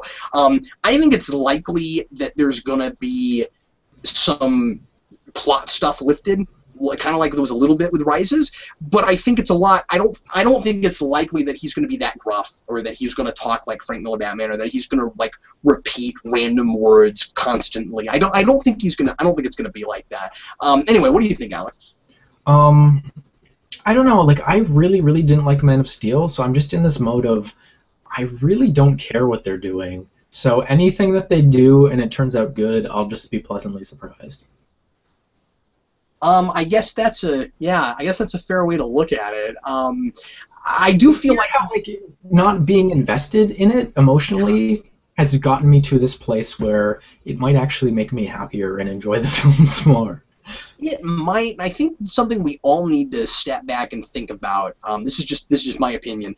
Is I don't know how much this is going to look like in a direct sequel to Man of Steel 2, especially if the rumors are true and a couple of years down the road we get a real honest-to-God Man of Steel 2. I think there's going to be some overhaul. I think there's going to be some sort of rebootiness happening, which is really strange because it's, we've had one movie so far in this universe. Man of Steel was not a good launching pad for a DC universe, I don't think, and I liked it a lot more than Alex did. But I just think that it's not. Again, this is my opinion. I don't think it's real smart to have a movie that is obviously going to be as polarizing as that movie was. And if they didn't think it was going to be polarizing, I don't really know where their heads were, because there were certain choices they made in that movie that were big risks, and maybe not the right kind of risks, or maybe depending on how you look at it. I have complained that the studio doesn't take risks on characters. I think that there were big story risks that they took, and if they did them for the right reasons, I could be like, okay, well, you tried something, that's cool. I'm not convinced they did, whatever. But all I'm saying is, I think the sequel, I think Superman versus Batman's going to, or Batman versus Superman, I think it's going to be a very different thing. A very different thing.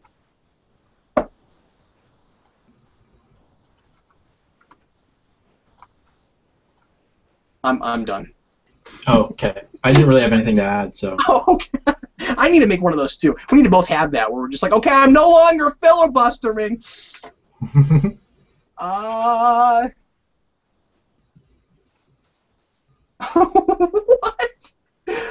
At Golden Eagle 407. How is Marvel going to do Infinity Gauntlet when the Infinity Gauntlet when the stones are bigger than the gauntlet?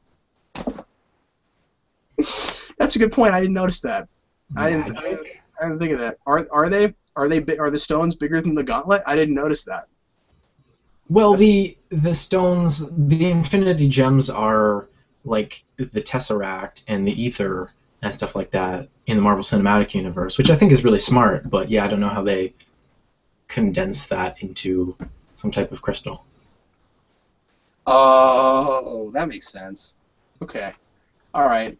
Well, on that note, I think we're going to bid everybody farewell now. We've been here for a couple hours. I did not mean for the show to go this long, but thanks for joining us. We sure appreciate it. Alex, thanks for co-hosting with me as always. I sure appreciate you. We shall see you again next week with lots more new comic reviews. I think we're probably going to have a bigger week next week. There will probably be more things. And anyway, we sure appreciate you. Keep your eyes peeled for more updates on Midwestern panels. Get excited because it's going to be cool. And what else? Okay, so let me say this real quick too. In the coming weeks and months, I'm going to need everybody to really bear with me, because I have mondo craziness going on, and I'm not going to be able to necessarily post as often as I usually post. Get me past this year, and we'll be back to normal. I'm holding myself to that. You're going to see Spawn come back from hiatus over the weekend. I just wrote one today, and I'm about to film it. I'm going to put up a recap of Spawn Year for people that haven't seen it, or people that haven't seen it in a while, because I've been on hiatus for about 3 months on that, which is nuts. And I want people to be excited about it again. And I'm going to endeavor really hard to get to be completely solid every single day until we get to the end of Spawn Year. That's what I really want to do. So that means other things might not come out as often, because that show is hella hard to make now.